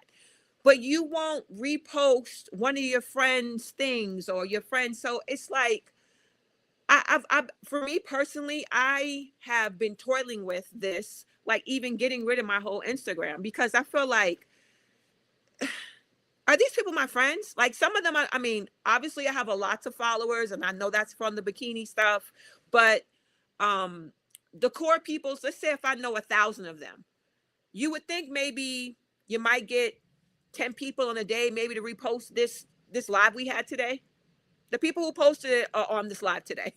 You know what I mean? So it's just like, I don't know. I wish that I could find, and it's so weird because then you have, well, I sometimes have like, and I'm sure I'm not the only one, but you see other friend groups posting things, and they seem so like in tune to each other, and they're doing this and that. And I'm like, God, can you just send me a couple of ladies like that? Because where they at? Because I always get the Fruit Loops. And my son always says to me, you collect all your friends, you collect misfits. And I was like, maybe, because I always feel like I'm going to help them. I can help them. I can help do this. And now I'm not that anymore. Like I can't help. I really can't help anymore. I can barely help myself. So I gotta, move on. But I think that, yeah, I would like to have, so when I see someone that shows up, I'll just tell something personal. 2 weeks ago, it was the anniversary. It was my husband's birthday. Obviously, I don't know who came in late, but my husband passed away. And Gwendolyn just sent me a text. Hey, I was just checking on you. See how you doing? How you feeling? How's your mental? And I didn't even think of that, because I think I said something else. Oh, I'm good, girl. I'm just doing this and this. But she literally just sent a text to check to see how I was. I never met this lady a day in my life. And there's people who I've known since I was 10 that didn't do that. You know what I mean? So I would hope that I can attract that kind of energy back to me, so that, I can repay another woman for what I felt Gwendolyn gave to me, I wanted to ask you guys a question about Galentine's Day. What do you think about Galentine's Day? Is it like, you think it's a marketing thing, and even Valentine's Day, like what do you guys think about this, this holiday? It's all marketing, but Yeah. but I was it's all marketing to me, but Yeah. I don't think it's a bad thing. I mean, I think that if you have the ability to support and uplift people, then you should. I don't know. I'm getting feedback. It might be me though. I'm not sure. I don't know. But yeah, so yeah, I think that like, I don't think it's a bad thing. I think the biggest thing about Valentine's Day, all of it, right, is really to show up for people in your life in an actionable way. And, we should always be doing that. Like we said in the beginning of this, like, love is an action word. It really is. It's not about just saying, hey, I love you or whatever. It's about showing up when people need you, not just in a monetary way, not just in a, physical way. Sometimes, like you said, it was a text from Gwendolyn that made your day, that made you feel special. You know what I'm saying? There's oftentimes Alieze will send me just, hey, I'm just sending you love. I just want to say hello and I love you and have a great day. Right. And those things to me are important because people will show up in ways where I think sometimes they always feel like I have to get you something. I have to, no, just a phone call, a hello, a text, Yeah. just to see how you are. Those little things, I really do feel like make people feel special. And I don't think you need a day to do that. Like this, all of this is a gimmick and it's it's marketing, right? They want people to buy cards and all this other stuff, right? A lot of my friends that are in couples, like they don't like celebrating Valentine's Day because they just feel like you should be doing that anyway, right? Like, because you should be loving on your people, regardless of the 14th, the 13th, the 12th, whatever the day is, right? So I just feel like as long as you're showing up for people, I love that people want to show up for people, and I want to show up for my friends. So if Galentine's gets you to do that, by all means do it. You know what I mean? Marketing and all. So I think Galentine's kind of has given women a little more confidence in celebrating each other. Mm-hmm. That Valentine's Day didn't always allow you to do, right? It was always specific. You got to be in this couple thing to do this Valentine. It was always, the best thing for my relationship. I'm allergic to chocolate, so you don't have to worry about buying me candy, that kind of thing. And the celebration all the time.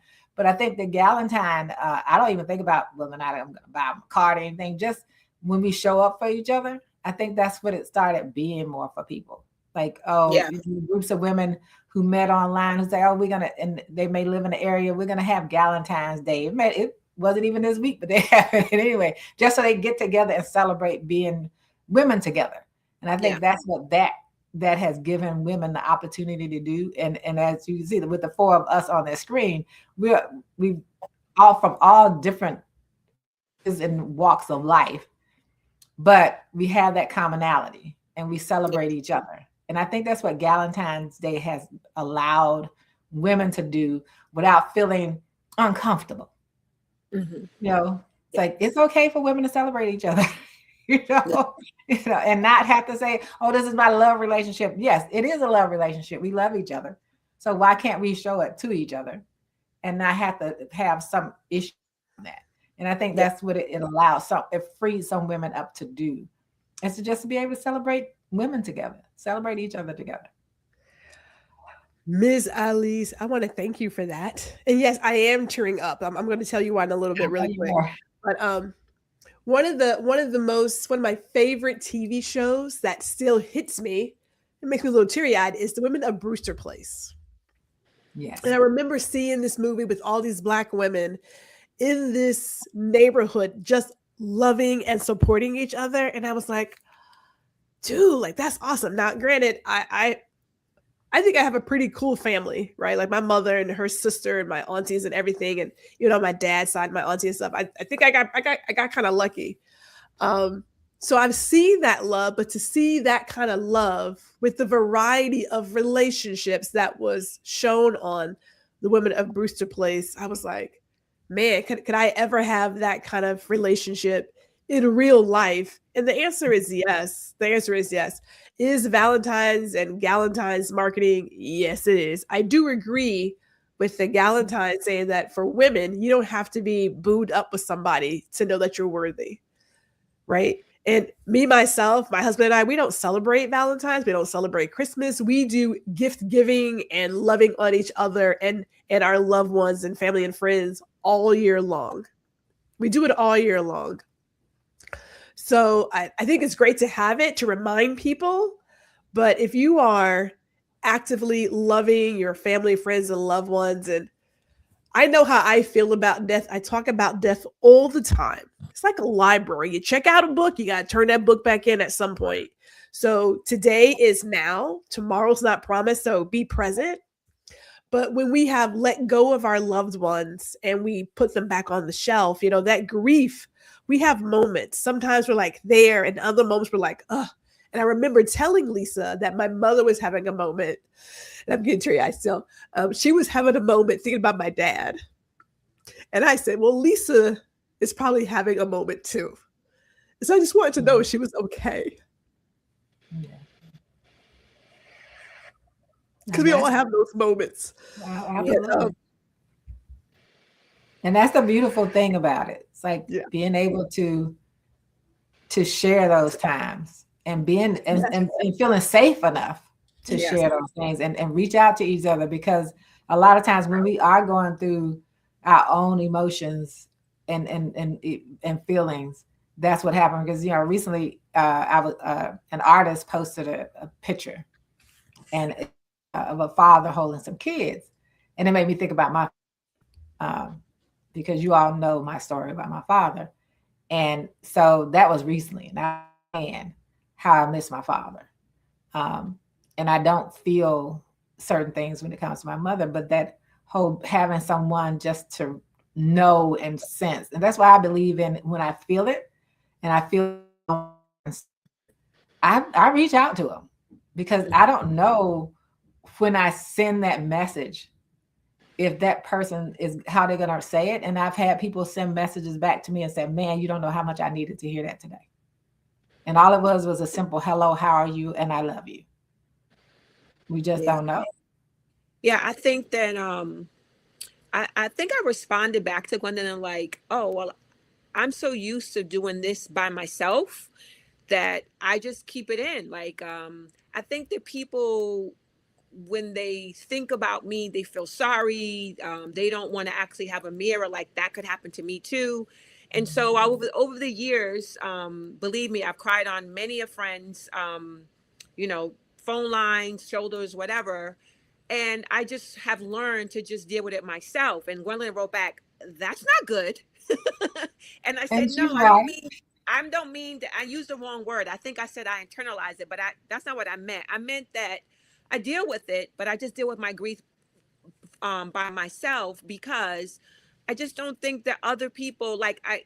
This is something I always think, like when you ask somebody how they're doing, most people don't really care how you're doing. They just saying that as a something they were learned to say. That's a formatted question that we were taught to say, but they don't really want to know if you are sad, if you don't have any money, if your husband beat you. They don't want to know. They just want to know good stuff, right? So Lisa, So I want to tell you, I ever reach out to you and you just tell me, okay, I'm going to ask you, what does that mean? I'm that person. Because okay yeah, to me is like, there's something there. yeah, And I'm that's just who I am, right? yeah, But you're right. So many people don't really want to know. But if I get it back, you say, okay, or you just say good, yeah, to me, that's something that's needed there. And as women, and particularly, I say specific, especially for Black women, we've been taught to that we have to hold ourselves, mm-hmm, that we keep it in ourselves. And I know that's what I was taught. That's it wasn't necessarily taught. That's how I grew up, right? yeah, Feeling that way. So I often carried everybody's thing on my shoulders and never let somebody else carry mine. And so we yeah, often feel like, okay, so like I can handle this. And on the inside, actually, are we really handling that well? yeah, Because yeah, it does come out some way. And so, but that's how we've been kind of groomed or told that we're supposed to be that elusive, as Gwendolyn says all the time, and it also gives me, it's like they're so strong. I know. My thing is like, okay, so and I have a little joke in my house when I have done everything for everyone, I'll say, now the servant girl is off. yeah, She's tired today. She's gonna go and rest, and you all can take care of her, and you can figure out how you all gonna survive for the day because the servant girl is tired.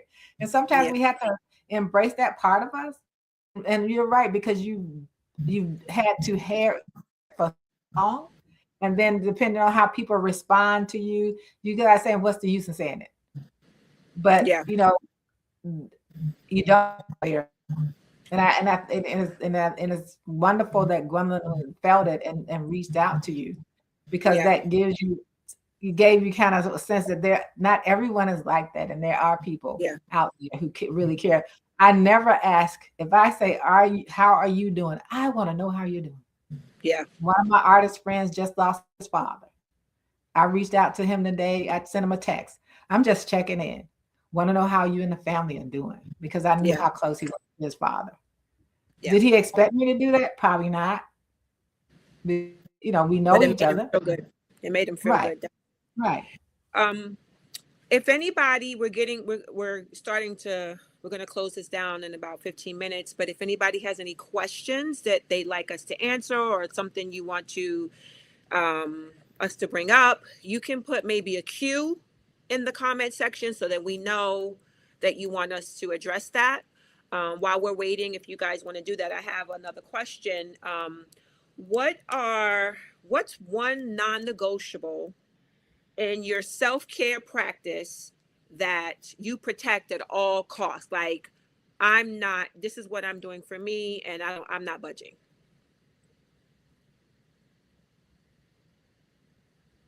For me, I'll say it's travel.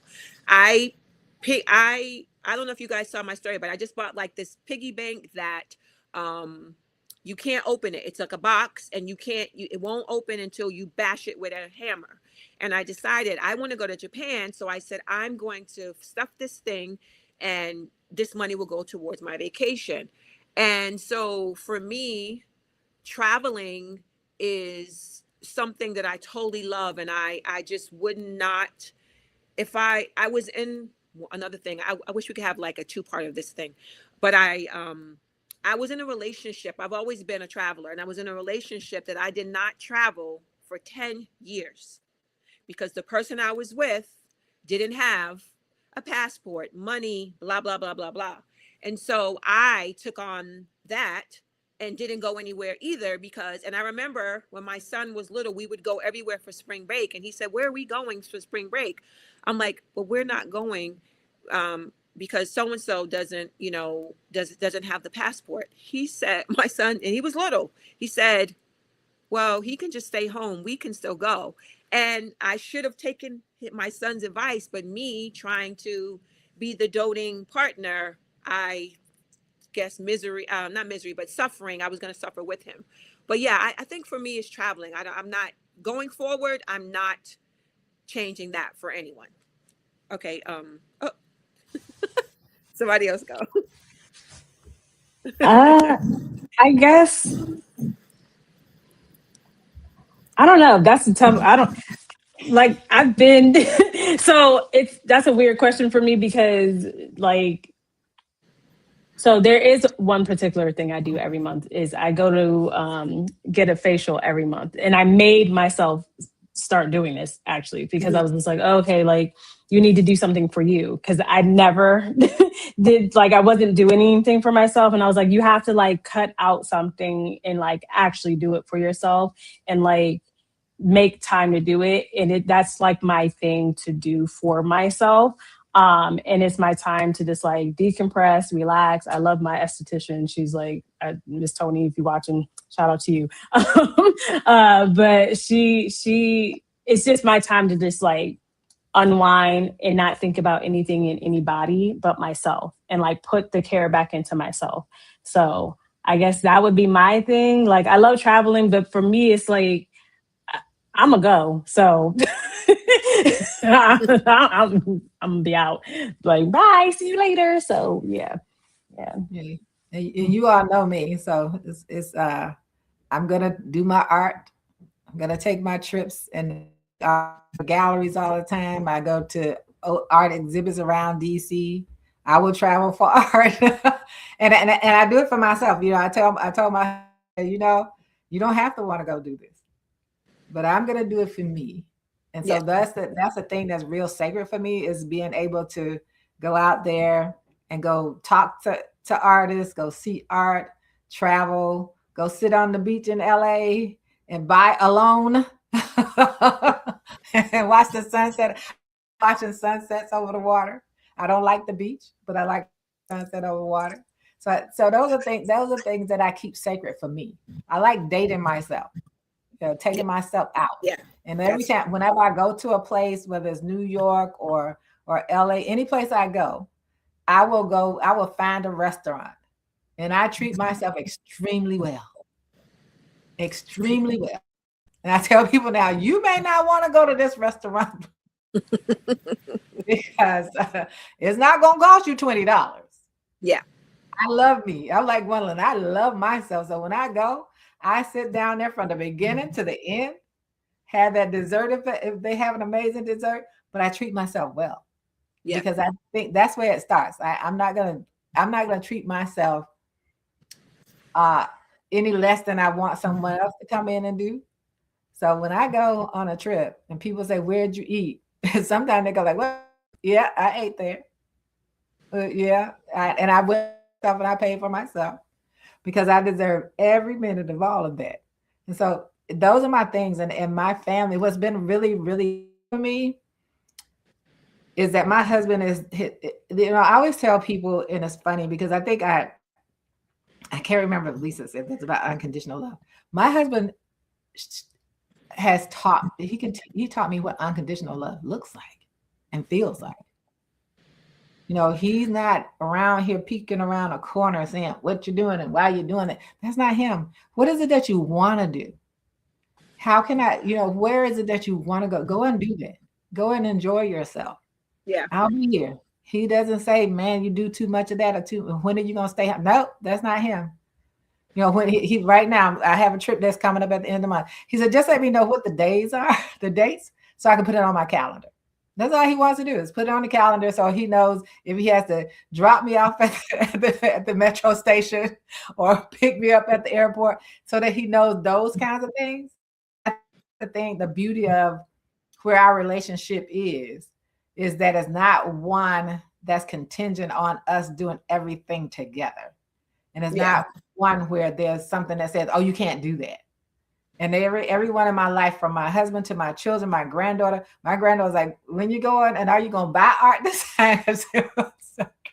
I buy it if I want it, if I can afford it. But I think that's the freedom that I have. And so that's like my art life and my life of when I feel like I want to travel, get on a train or a plane. I don't compromise that because that's a part of how I maintain my mental well-being. Right. Physical well-being, because your mind affects your body. Mm-hmm. Yeah. G? Every Sunday I do a bubble bath. So we have the bubbles and we pour a ball of bubbles. And I think I'm in there for like, I know, we're talking 9 o'clock. And no, I don't have orange juice because it don't even matter. We're talking maybe an hour to 2 hours. I kind of become a prune. But it's just my time to just relax. I put on my little music, sometimes the meditation music, and I'm there. That's my time. And I'm not rushed out. Sometimes I get like a little snack while I'm in there soaking. So yeah. Yeah, that's how I start my week. How I start the week. Every single night. I feel like that is I mean, when I go to my mom's, I really feel stressed out because my bath is really a way for me to reset. And it's just quiet. You're in there. I love a steaming bath. If I'm having a glass of wine, I don't always do, but I might have a cup of tea, whatever. I play music like Gwendolyn and I just chill until the water starts getting a little cold. I'm like, okay, it's time to get out, but I'll stay in there. And I literally can't wait. If I'm out all day, I'm like, oh, I can't wait to get in the bath. It's just a perfect way to end the day and then restart. I don't see any questions. I'm not sure. Can I tell you? Okay, go ahead. Can I tell you something that really started me thinking about that years ago? Heather Headley has a song called "Me Time." Oh, really? I love that song. It says "Me Time," not some "we time." Yeah, but "Me Time." And I used to play songs for my kids, my students when I taught. And I started listening to that song and I was like, yeah, I get it. I have to have me time. Yeah. And that's and I think it's wonderful that we all know what that feels like for us because we, make yourself feel special. I go out and I buy my own flowers from Trader Joe's or wherever I can get them. Me too.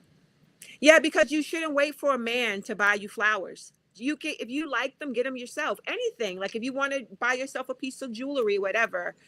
We don't need a guy. Most people would love to have a guy, or they appreciate the guy, but the guy doesn't make them, or the female if they're in alternate relationship, but I didn't know how to say that. I was like, I don't want to get canceled. But yeah, you know, you can make your own happiness. You don't need someone else to do it. But it's fun to, you know, have sister friends to do stuff with. So you know, I'm hoping, like I said, that 2026 and further, I'll be able to attract like-minded people in my life. I don't see any questions, so I don't know. Does everybody? We have about 6 minutes before we close out. Does anybody want to tie up and say something to tie up tonight? G Well, can go I'll last. share something. I was gonna say, because you always speak well, so I was like, oh, you should go last, but go first. Who, me? I should go last? Yeah. No, Oh. yeah, yeah, go ahead. You know, I'm giving you a compliment, like around the way compliment, but I like the way you talk and you type. I'm gonna let Ms. Alieze with all the wisdom close us out. You know what I'm saying? But I was, but as you were saying, you know, being canceled, I don't believe in canceling people. Oh. What happened? Is so many dimensions, right? I have a son-in-law. I have a daughter-in-law because my daughter has a wife. I don't have kids of my own, but I love my grandbabies. I love my nieces, my nephews. I do believe that when you know how to, as Ms. Alieze says, date yourself. And I continue to date myself, right? Give myself all the things.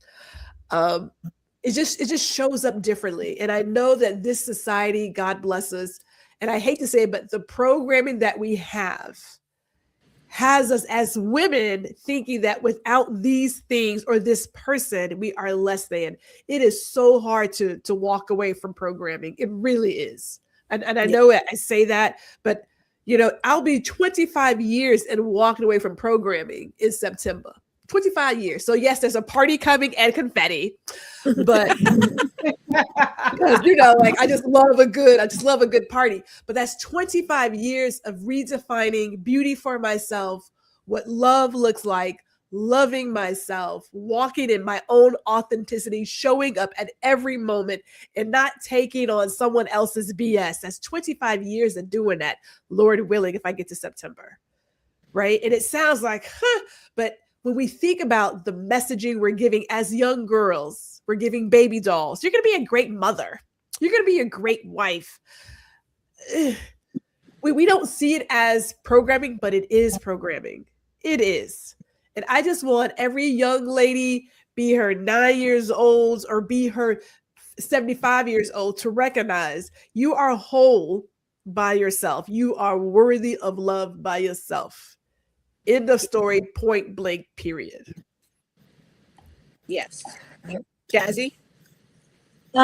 So for me, I'm going to say date yourself with the asterisk, right? And the asterisk I'm going to throw out there is with intention of loving on yourself and not the intention of finding somebody through your dating of yourself. Because I think when people say that, right, people often say like, okay, you have to love on yourself. And if you love on yourself, you're going to attract a man. And I'm like, hey, stop doing that. Stop telling people that, right? Because the reality is you should love on yourself because you want to love on yourself. And that's it. Yeah. Like full stop, period. Right. And I think the quicker we allow ourselves to fully understand and believe that and ingest that within our soul, the better off that we will be as women, especially in teaching other women and guiding them in that kind of self-love without the intention of getting a man from it. Because I have heard so many times people are like, when you love on yourself, right, that's when you're going to get your man. It's like, what does that have to do with the man? Right? Like, why do I have to, you know what I'm saying? Like, I get what the sentiment is, but I think when we say that, I think sometimes people don't see it as like, oh, I'm doing this because I want this person. No, just do it because you're loving yourself. I never will forget when I was younger. I was in my 20s, back in my 20 days. I'm still there. But anyway, when I was younger, I remember my mom, I was like, man, I want to go out to eat and I want to, do this. She said, okay, so do it.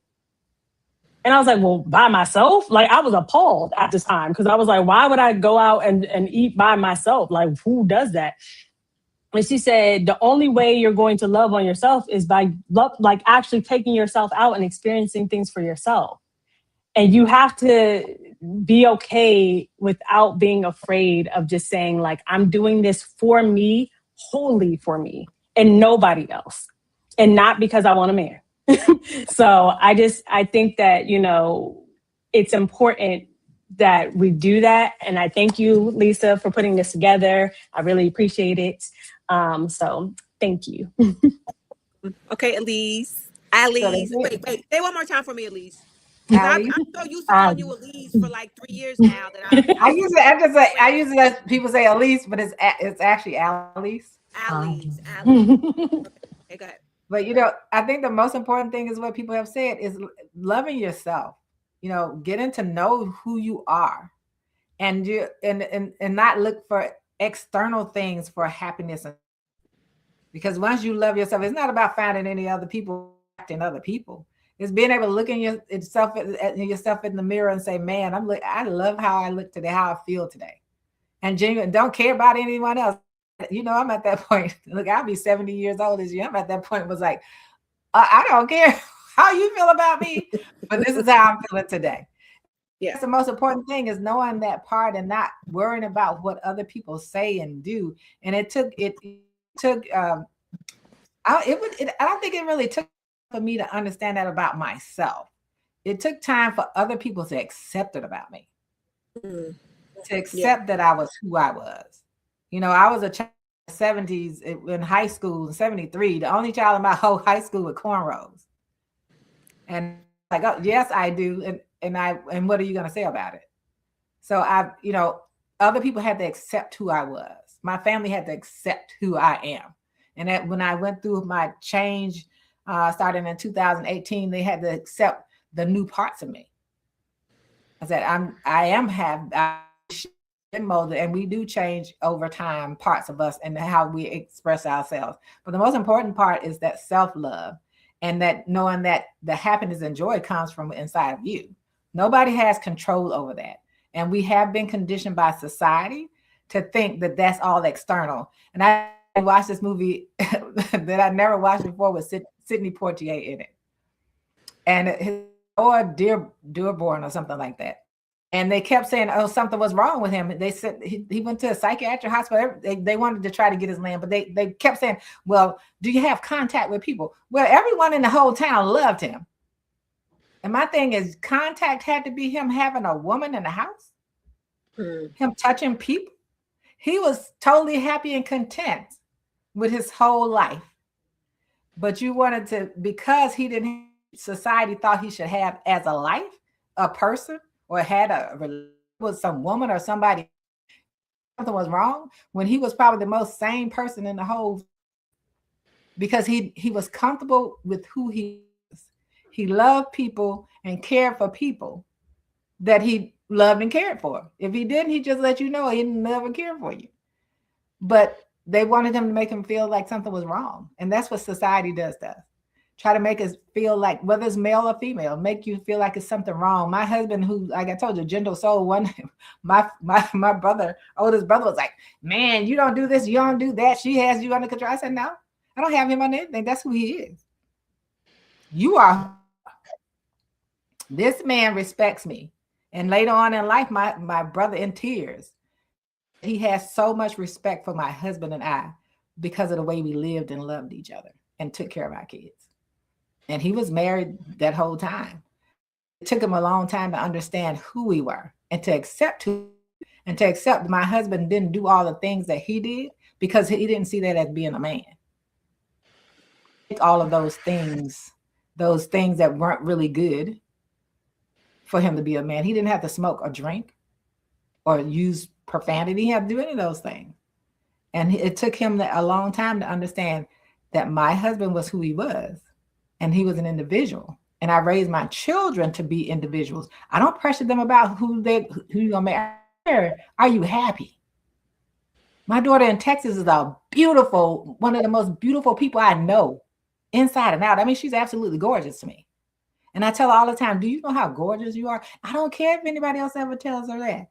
And I had each one of them a diamond ring when they were younger. I said, because they need to know it doesn't take another man outside of them to validate them. Yeah.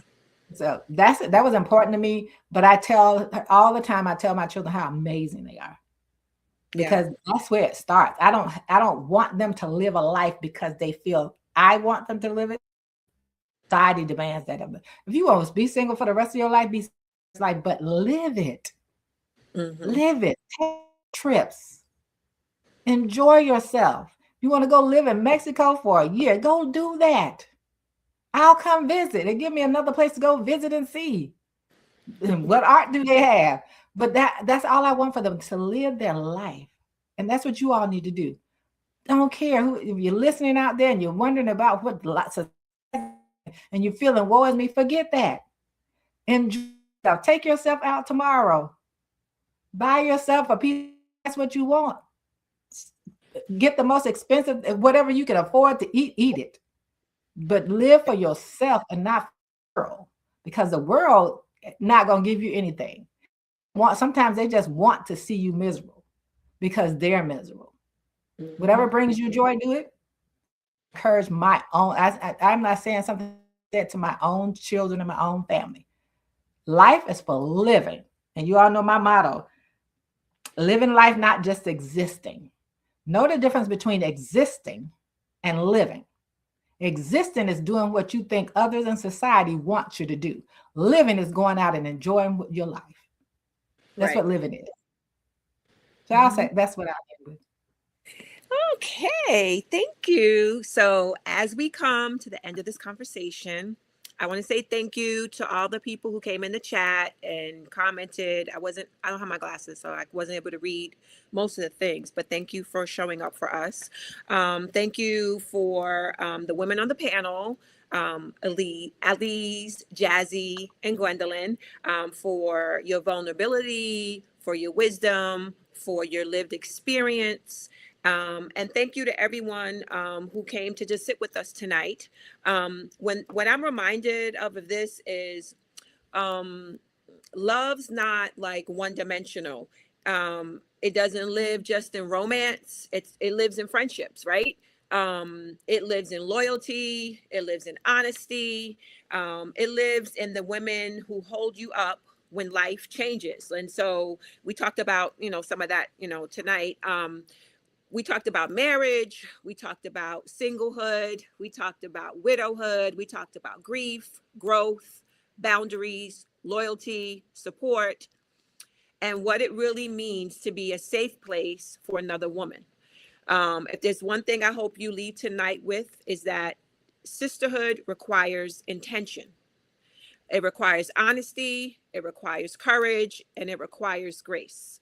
We're all in different seasons, all four of us and all of you, we're all in different seasons, but none of us are meant to take this walk alone, right? So whether you're married, whether you're single, widowed, partnered, healing, or becoming, may you continue to choose love in all of its forms, and may you be the kind of friend you hope to have.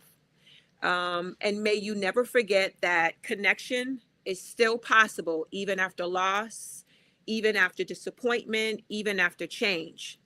Thank you for spending this Galentine's Day with us, and you guys have a wonderful evening. Good night.